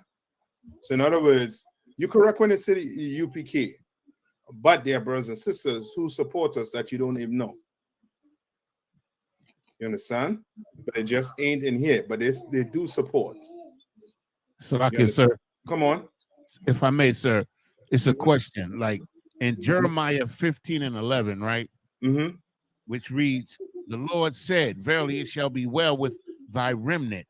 Verily I will cause the enemy to entreat thee well in the time of evil and in the time of affliction. How does that relate to right now, to what we're getting ready to go into, sir? Read it one more time. Come on. This is the book of Jeremiah, chapter 15 and verse 11. Verily, it shall be well with thy remnant. Verily, I will cause the enemy. Go ahead. I lost it. Just a second. That's all right. Wait, say I got it. It says, verily, I will cause the enemy to entreat thee well. Right, to entreat thee. What's the entreat thee? Entreat thee is to like to ask or to beg or to plead. Go ahead. Thee well in the time of evil and in the time of affliction. Who affliction? Our affliction. The affliction on the earth, because all this madness is going to afflict the whole earth. Right? And he's saying that what? He's going to cause the what? The enemies to do what? To entreat thee. Because there's going to come a time where what's going to happen? So like I said. And just like what happened in Egypt, like our enemies are going to start wanting to help us. They're going to want to hear us out now because they seeing that their kingdom getting ready to fall. Now they want to jump on the ship before it take off. Yes, it's almost to the point whereas when the Lord performed that last miracle where he was killing the firstborn, what did they do? They came and do what? Give us all their gold, everything. God. You understand? And told us we can go. You understand? Beg us to leave. Just go, nigga, go. Leave. Take this. Whatever. This. Just go. Because guess what? When you read the Bible, does the Bible have any mercy for the oppressor? No. So guess what? He gonna try to do what? Entreat you. He gonna try to what? He gonna try to say, yo, go to the Lord and you know what I mean? Yo, you know what I mean? You have Esau bowing down and kissing your boots. Why? What is he doing? Begging for mercy. So. Yes. He is begging for mercy because he knows what his people has done. You understand? Kind of All right. Okay. So you're good on that? That wasn't on the topic, right? That was just a question that you had, right? Cut him on, sir. Okay. What chapter that was? Jeremiah 15 and 11, sir. Okay, good. Go ahead. Who was reading for me? I think it was Trooper. So read it from the top. Yeah. This is the book of Revelation, chapter 11, verse 1. And there was given me a reed like unto a rod, and the angel stood, saying, Rise and measure the temple of God, and the altar, and them that worship therein. Right. And so now we know that who is in this temple? The 1/3, sir. Yes. Only Israelites. Right. That 1/3 is in the temple. Right. Read on. Verse 2. But the court which is without the temple leave out. It is given unto the Gentiles, and the holy city shall they tread underfoot 42 months. All right, what is that saying? Like I said. Yes. So basically, those of Israel who is not with us in the part of the 1/3, to not even count them, don't deal with them because they joined with America, they joined with Rome, and so not with us. So where's the Gentiles? Are they inside or outside? They're outside. Yes. So he's telling you what? Pay no attention to the people that's outside. Pay no attention to them. Don't even comment on their posts. Pay no attention to them. They're not in the temple. They're not in here with you. So why are you commenting on them? Why are you trying to give them a thumbs up or this, that, the other? You should be trying to do what? Come into this temple. You understand? Read on. No, hold on. So, right? So, in other words, who was outside? The Israelites who joined with the heathens. And so those are who you call the what? Salaki. Go ahead. Christian pastors. No, okay, scripture-wise. Those are who you call what?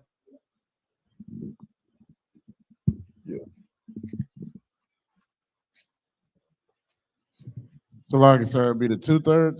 Yes, the 2/3. Right? That's why I say scripture-wise, right?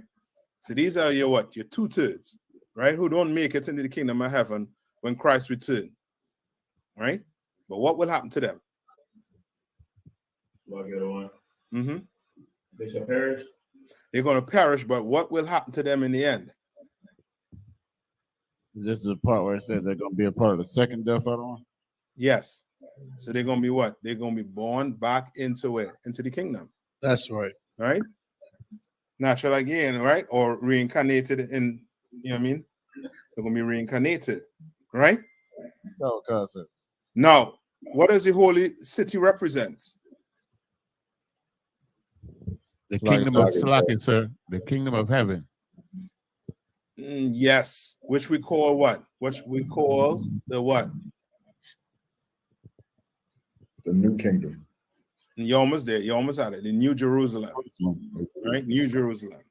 Now, what, some people might want to stick with the time.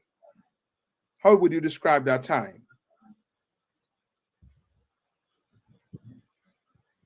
It's like Go ahead, Yarmak.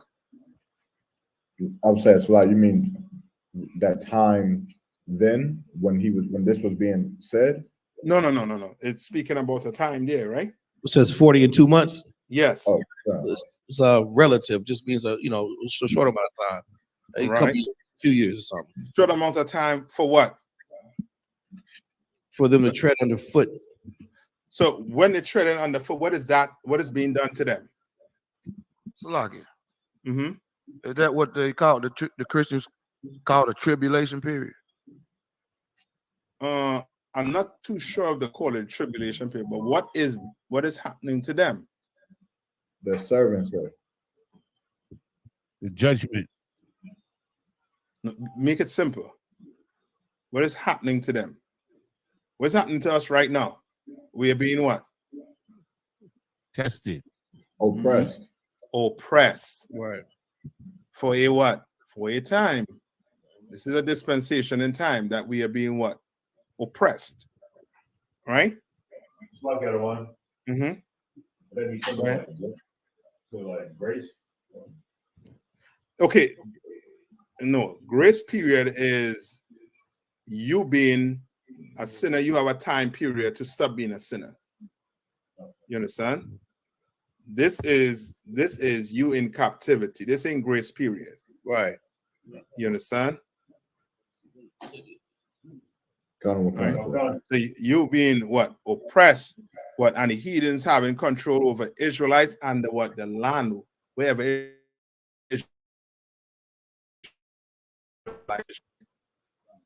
So as I said, the 42 months is what? It's not a literal number. It's a metaphor, right? For what? For a length of time that the other nations, like who? Who's the heathens? Moab, Ammon. Yes. Chinese. Africans. Yeah, Africans.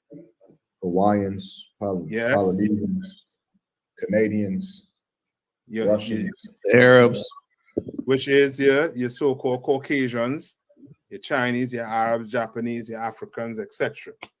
You know what I mean? Whoever is what over here, basically. They are just, this is just for a what? A time period. Right? Right? So even what? We're given to what? Destroy us. So they said these heathens were going to do what? We're going to destroy us. How? How was these heathen going to destroy us? Or how has the heathen destroyed us? If you had to summarize it. It's like this, sir. Uh-huh. They caused us to stray away from the law. Salakia, sir. No, come on. They've destroyed us mentally. And mentally will be considered what? That's what? I got one. Oppression. Yes. So they destroyed us what? Economically, right?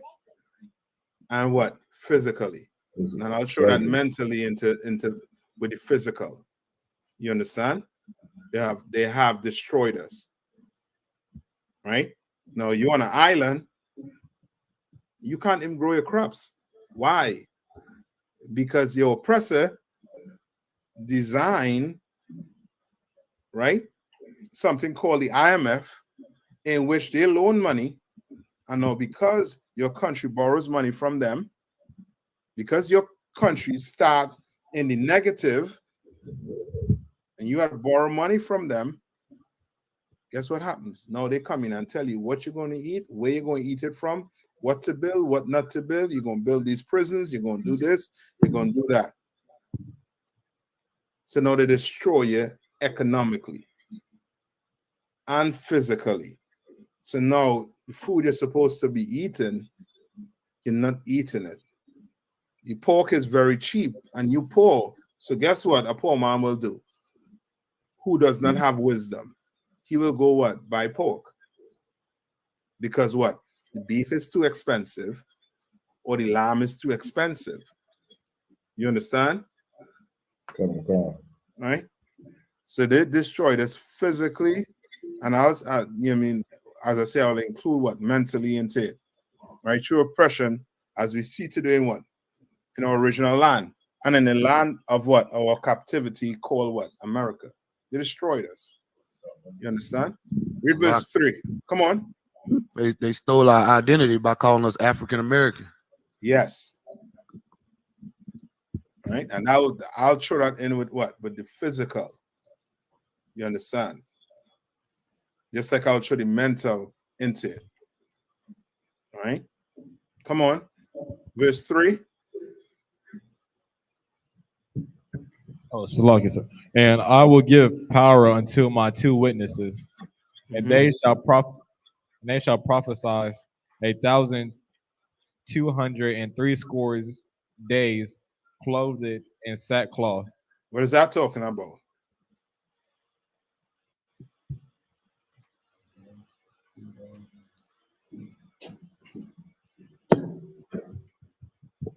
Like I said, would the two witnesses be the two kingdoms coming together, northern and the southern kingdom?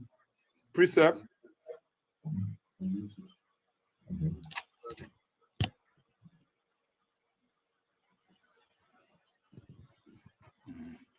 Okay, so hold on before you get it right. Let's go down in parts, right? And it say, I will give power unto my two. What's that power he giving you? The knowledge of the truth, sir? No, no.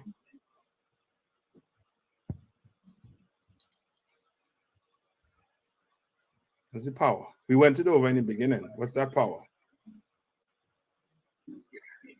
Salaki, sir. Hamburg. No, say that one more time. Say it one more time. Yerma, hold on. To number, the power to number the 1/3. No, not to number. No, we don't count. Lord do all the counting. So, like I said, come on. Would it be the wisdom?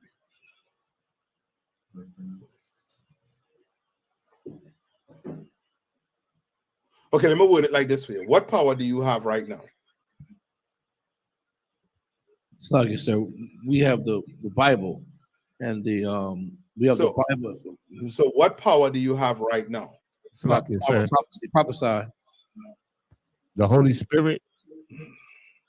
No, hold on.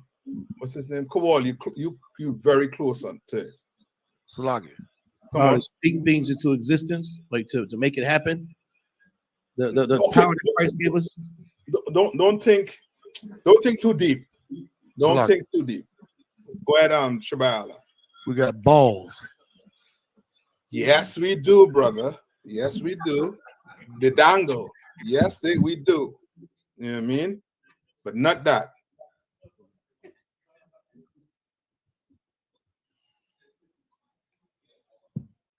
But Kowal, you're very close to it when you say prophesy. We have the power to do what right now? To cry aloud and spare not. In other words, what are you doing when you cry aloud and spare not? We're going in other words, what you're doing at camp? We are teaching the people. That's it. Good night. Good night. I do all of that to where to say teaching. You have the power to teach her.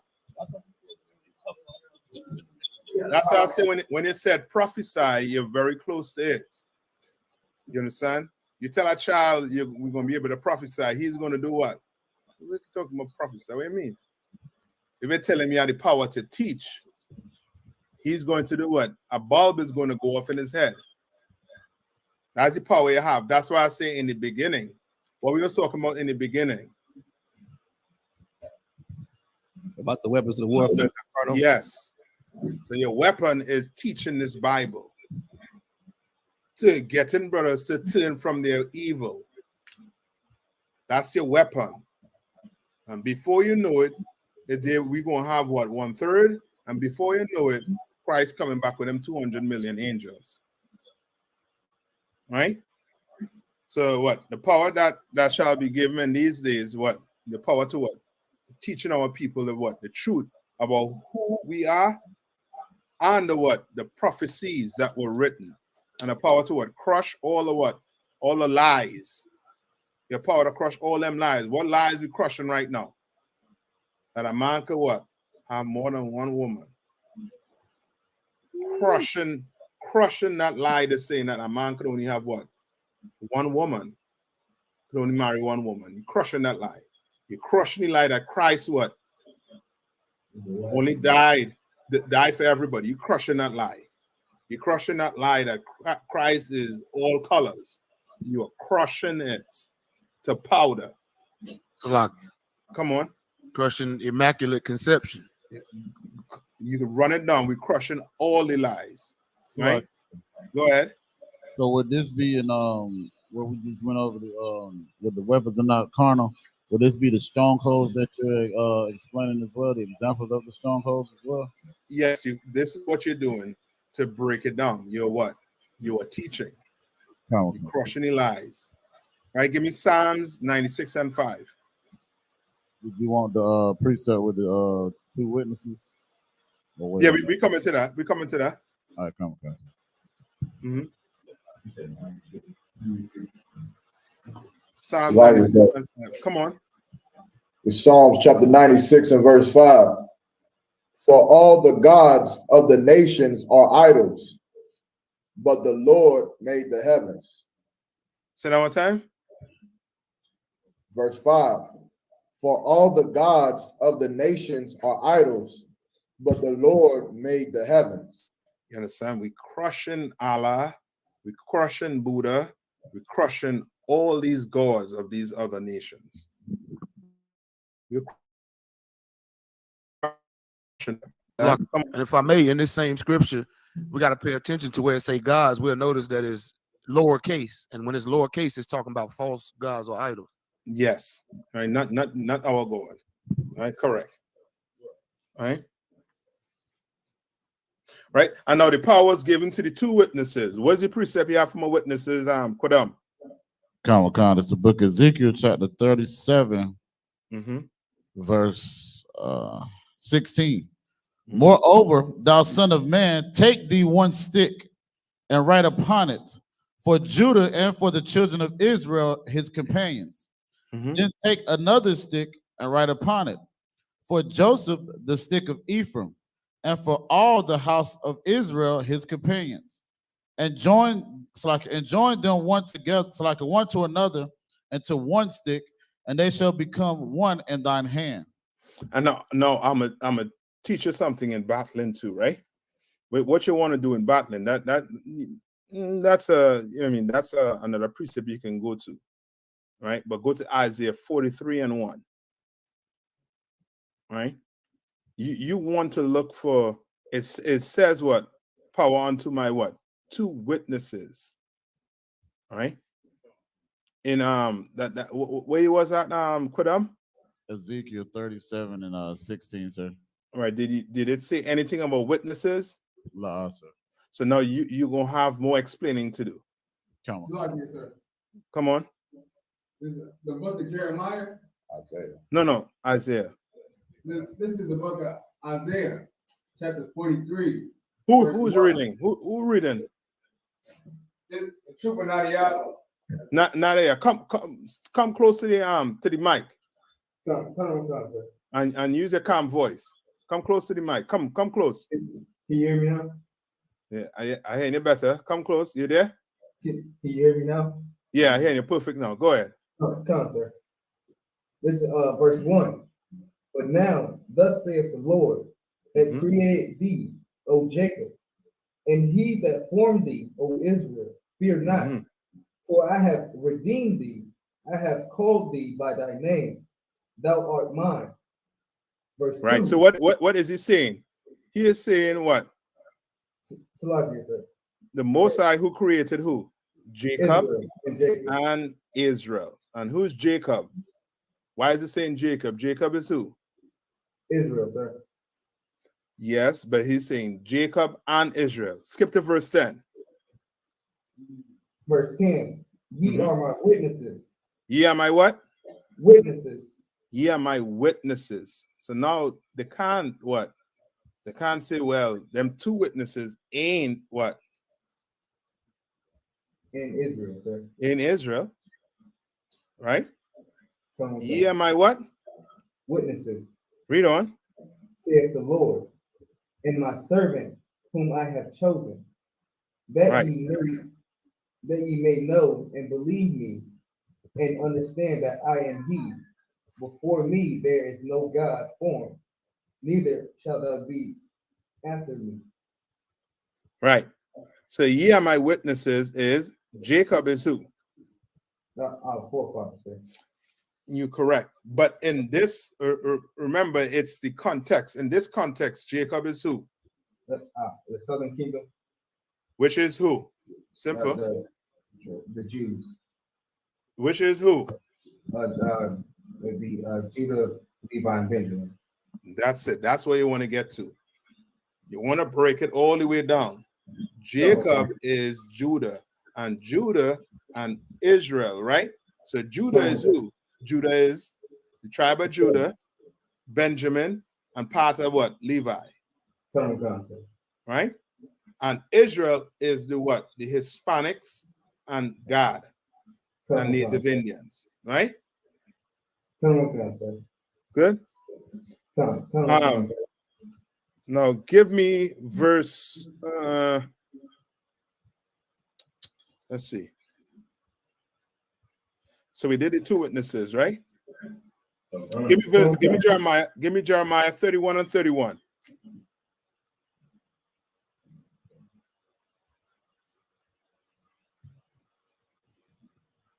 Come on, it's the book of Jeremiah, chapter 31, verse 31.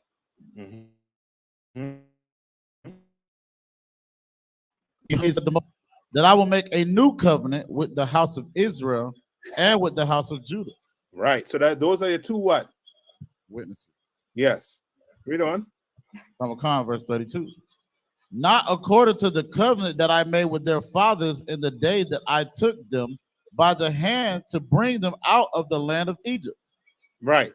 So in other words, when he say he's going to make that covenant between Israel, the house of Israel, and the house of Judah, what is he saying? So these are the what? The witnesses who are going to what? Get the what? power, right? You're with me, right? Right? So these men were going to what? Teach other brothers and sisters for how long? A span of 40-something months, like the scripture said. No. Yes, sir. Go ahead. Until New Jerusalem. Until Yahweh return.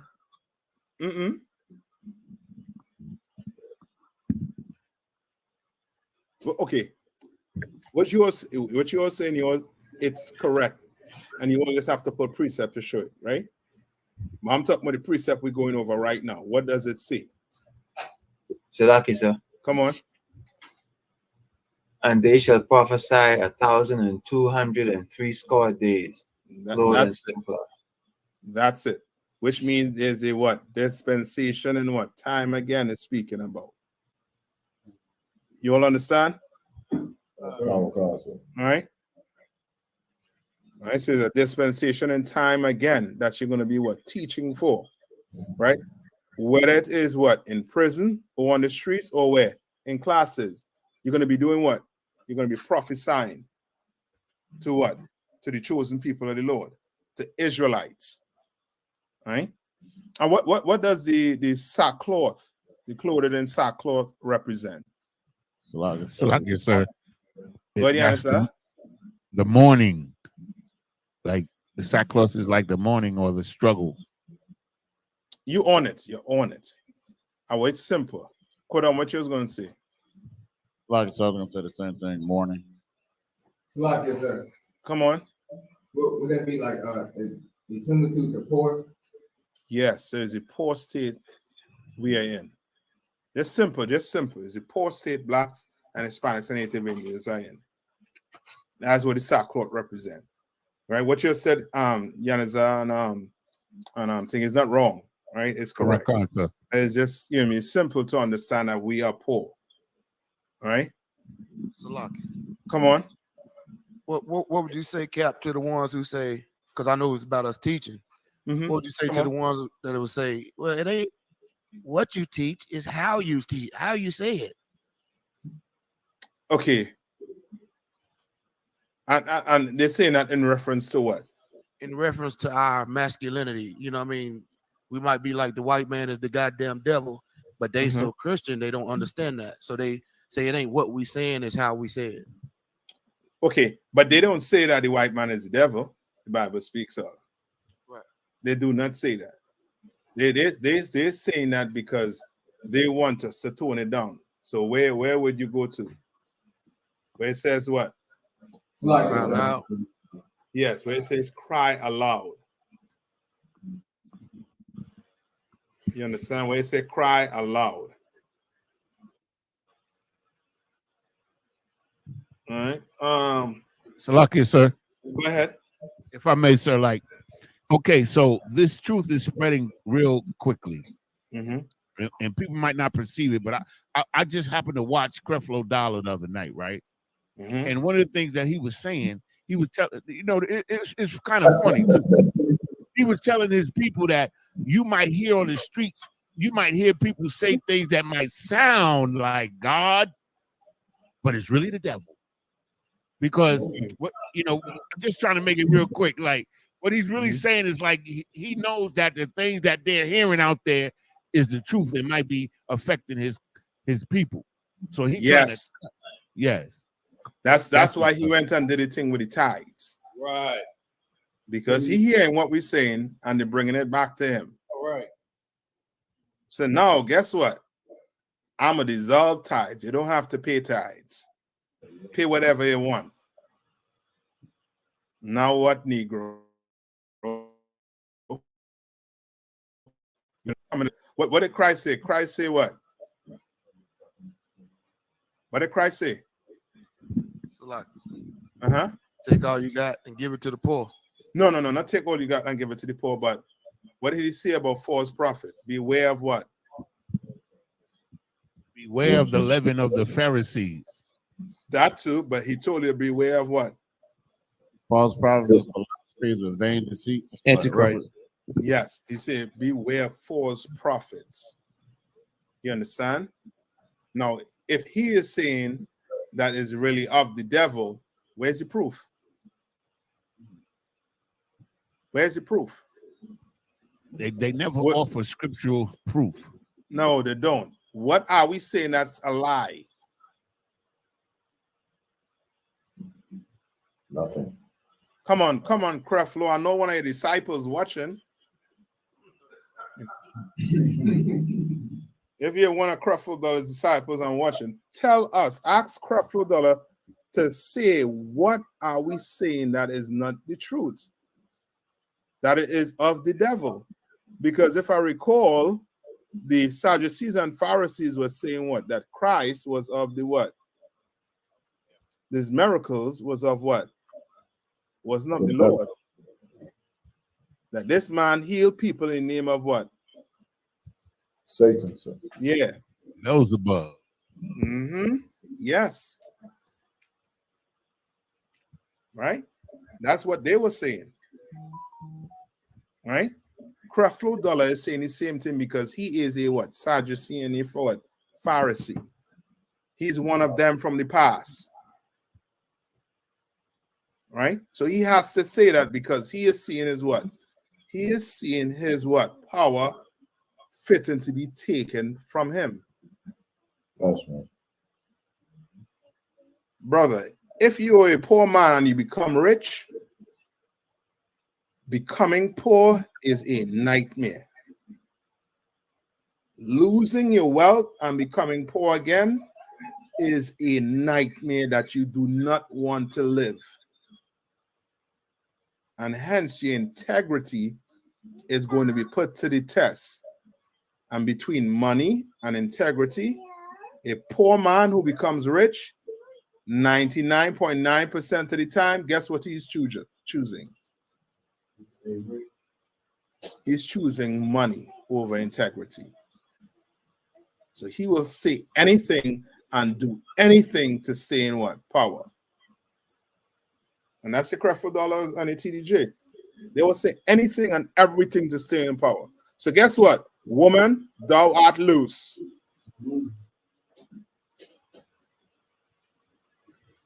That's it. Right now, give me Revelation 2:9 for the poll.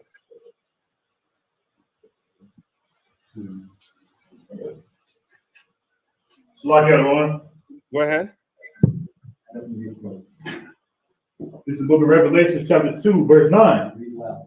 I know thy works in tribulation, in poverty, but thou art rich. Right. So the Lord is saying what? He knows what? Judah and Israel, what? You know, the works and, you know what I mean, the tribulation, the poverty, what we're going through in America, man. You know what I mean? He knows about the what? The Atlantic slave trade. He knows about what? Lynching. Being the last class citizen in this disgusting place called America. You know about the drugs that were pushed in your communities. You know about the abortion, the molestation that afflicted Israel and what? Judah.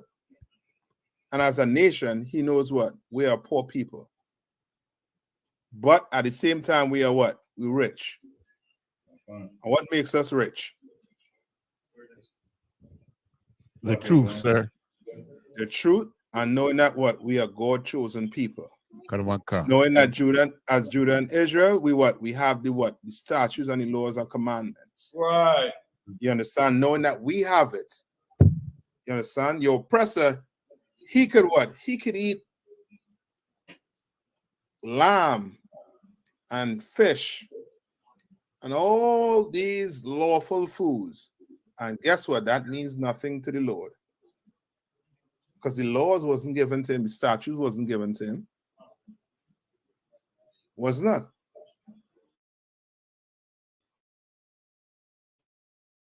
Right? From nation, man. This makes us totally separate from these other nations. That wisdom separates us. Right. You understand? All right. I'm watching the time. All right, you're coming up on the time. I want you all to tune in to Come On and Join YAHANNA radio show. All right. Now before we leave out, I'm finish it off next week, right? You have any question before we leave out? Anything?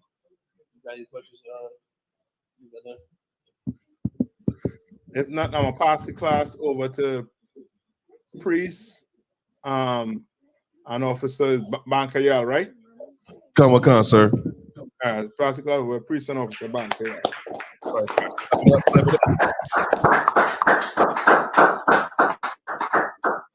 Men of Israel, we're going to render one courteous salute to Captain I.S.U.P.K, man. Imagine, which means to stand. Imagine Shabbat. Imagine Barak. Yahweh Bashim Yahushai Barakathum. Yahweh hands down, Sar, turn to face the sisters. Men of Israel, we're going to render one courteous salute to the sisters. Imagine Shabbat. Imagine Barak. Yahweh Yadamata. Yashab means to be seated. I.S.U.P.K security announcement. We are the I.S.U.P.K, started out of 1 West, 125th Street, Harlem, New York. Rule for new brother and sister. When a new brother or sister comes into the school, they are off limits for 6 months. They are to be saluted only. They are here to shed themselves of the world. If they need transportation, the teacher will arrange it. After 6 months, if a brother or sister has an interest in a particular person, he or she must get permission from the head to speak to a brother or sister. There is another 6 months in which the brother and sister will court each other. After this 6-month period, the brother and sister will get permission from the head to marry. Tithes, which is a commandment. The book of Numbers, chapter 18, verse 21. The book of Malachi, chapter 3, verses 8 through 10. Means tenth in the Hebrew. It's pronounced ma'ashara. 10% of every penny of any increase the Lord gives you, give to Treasury Department or teacher. The priest funds, the free will offering for priests, not mandatory. Whatsoever amount you would like.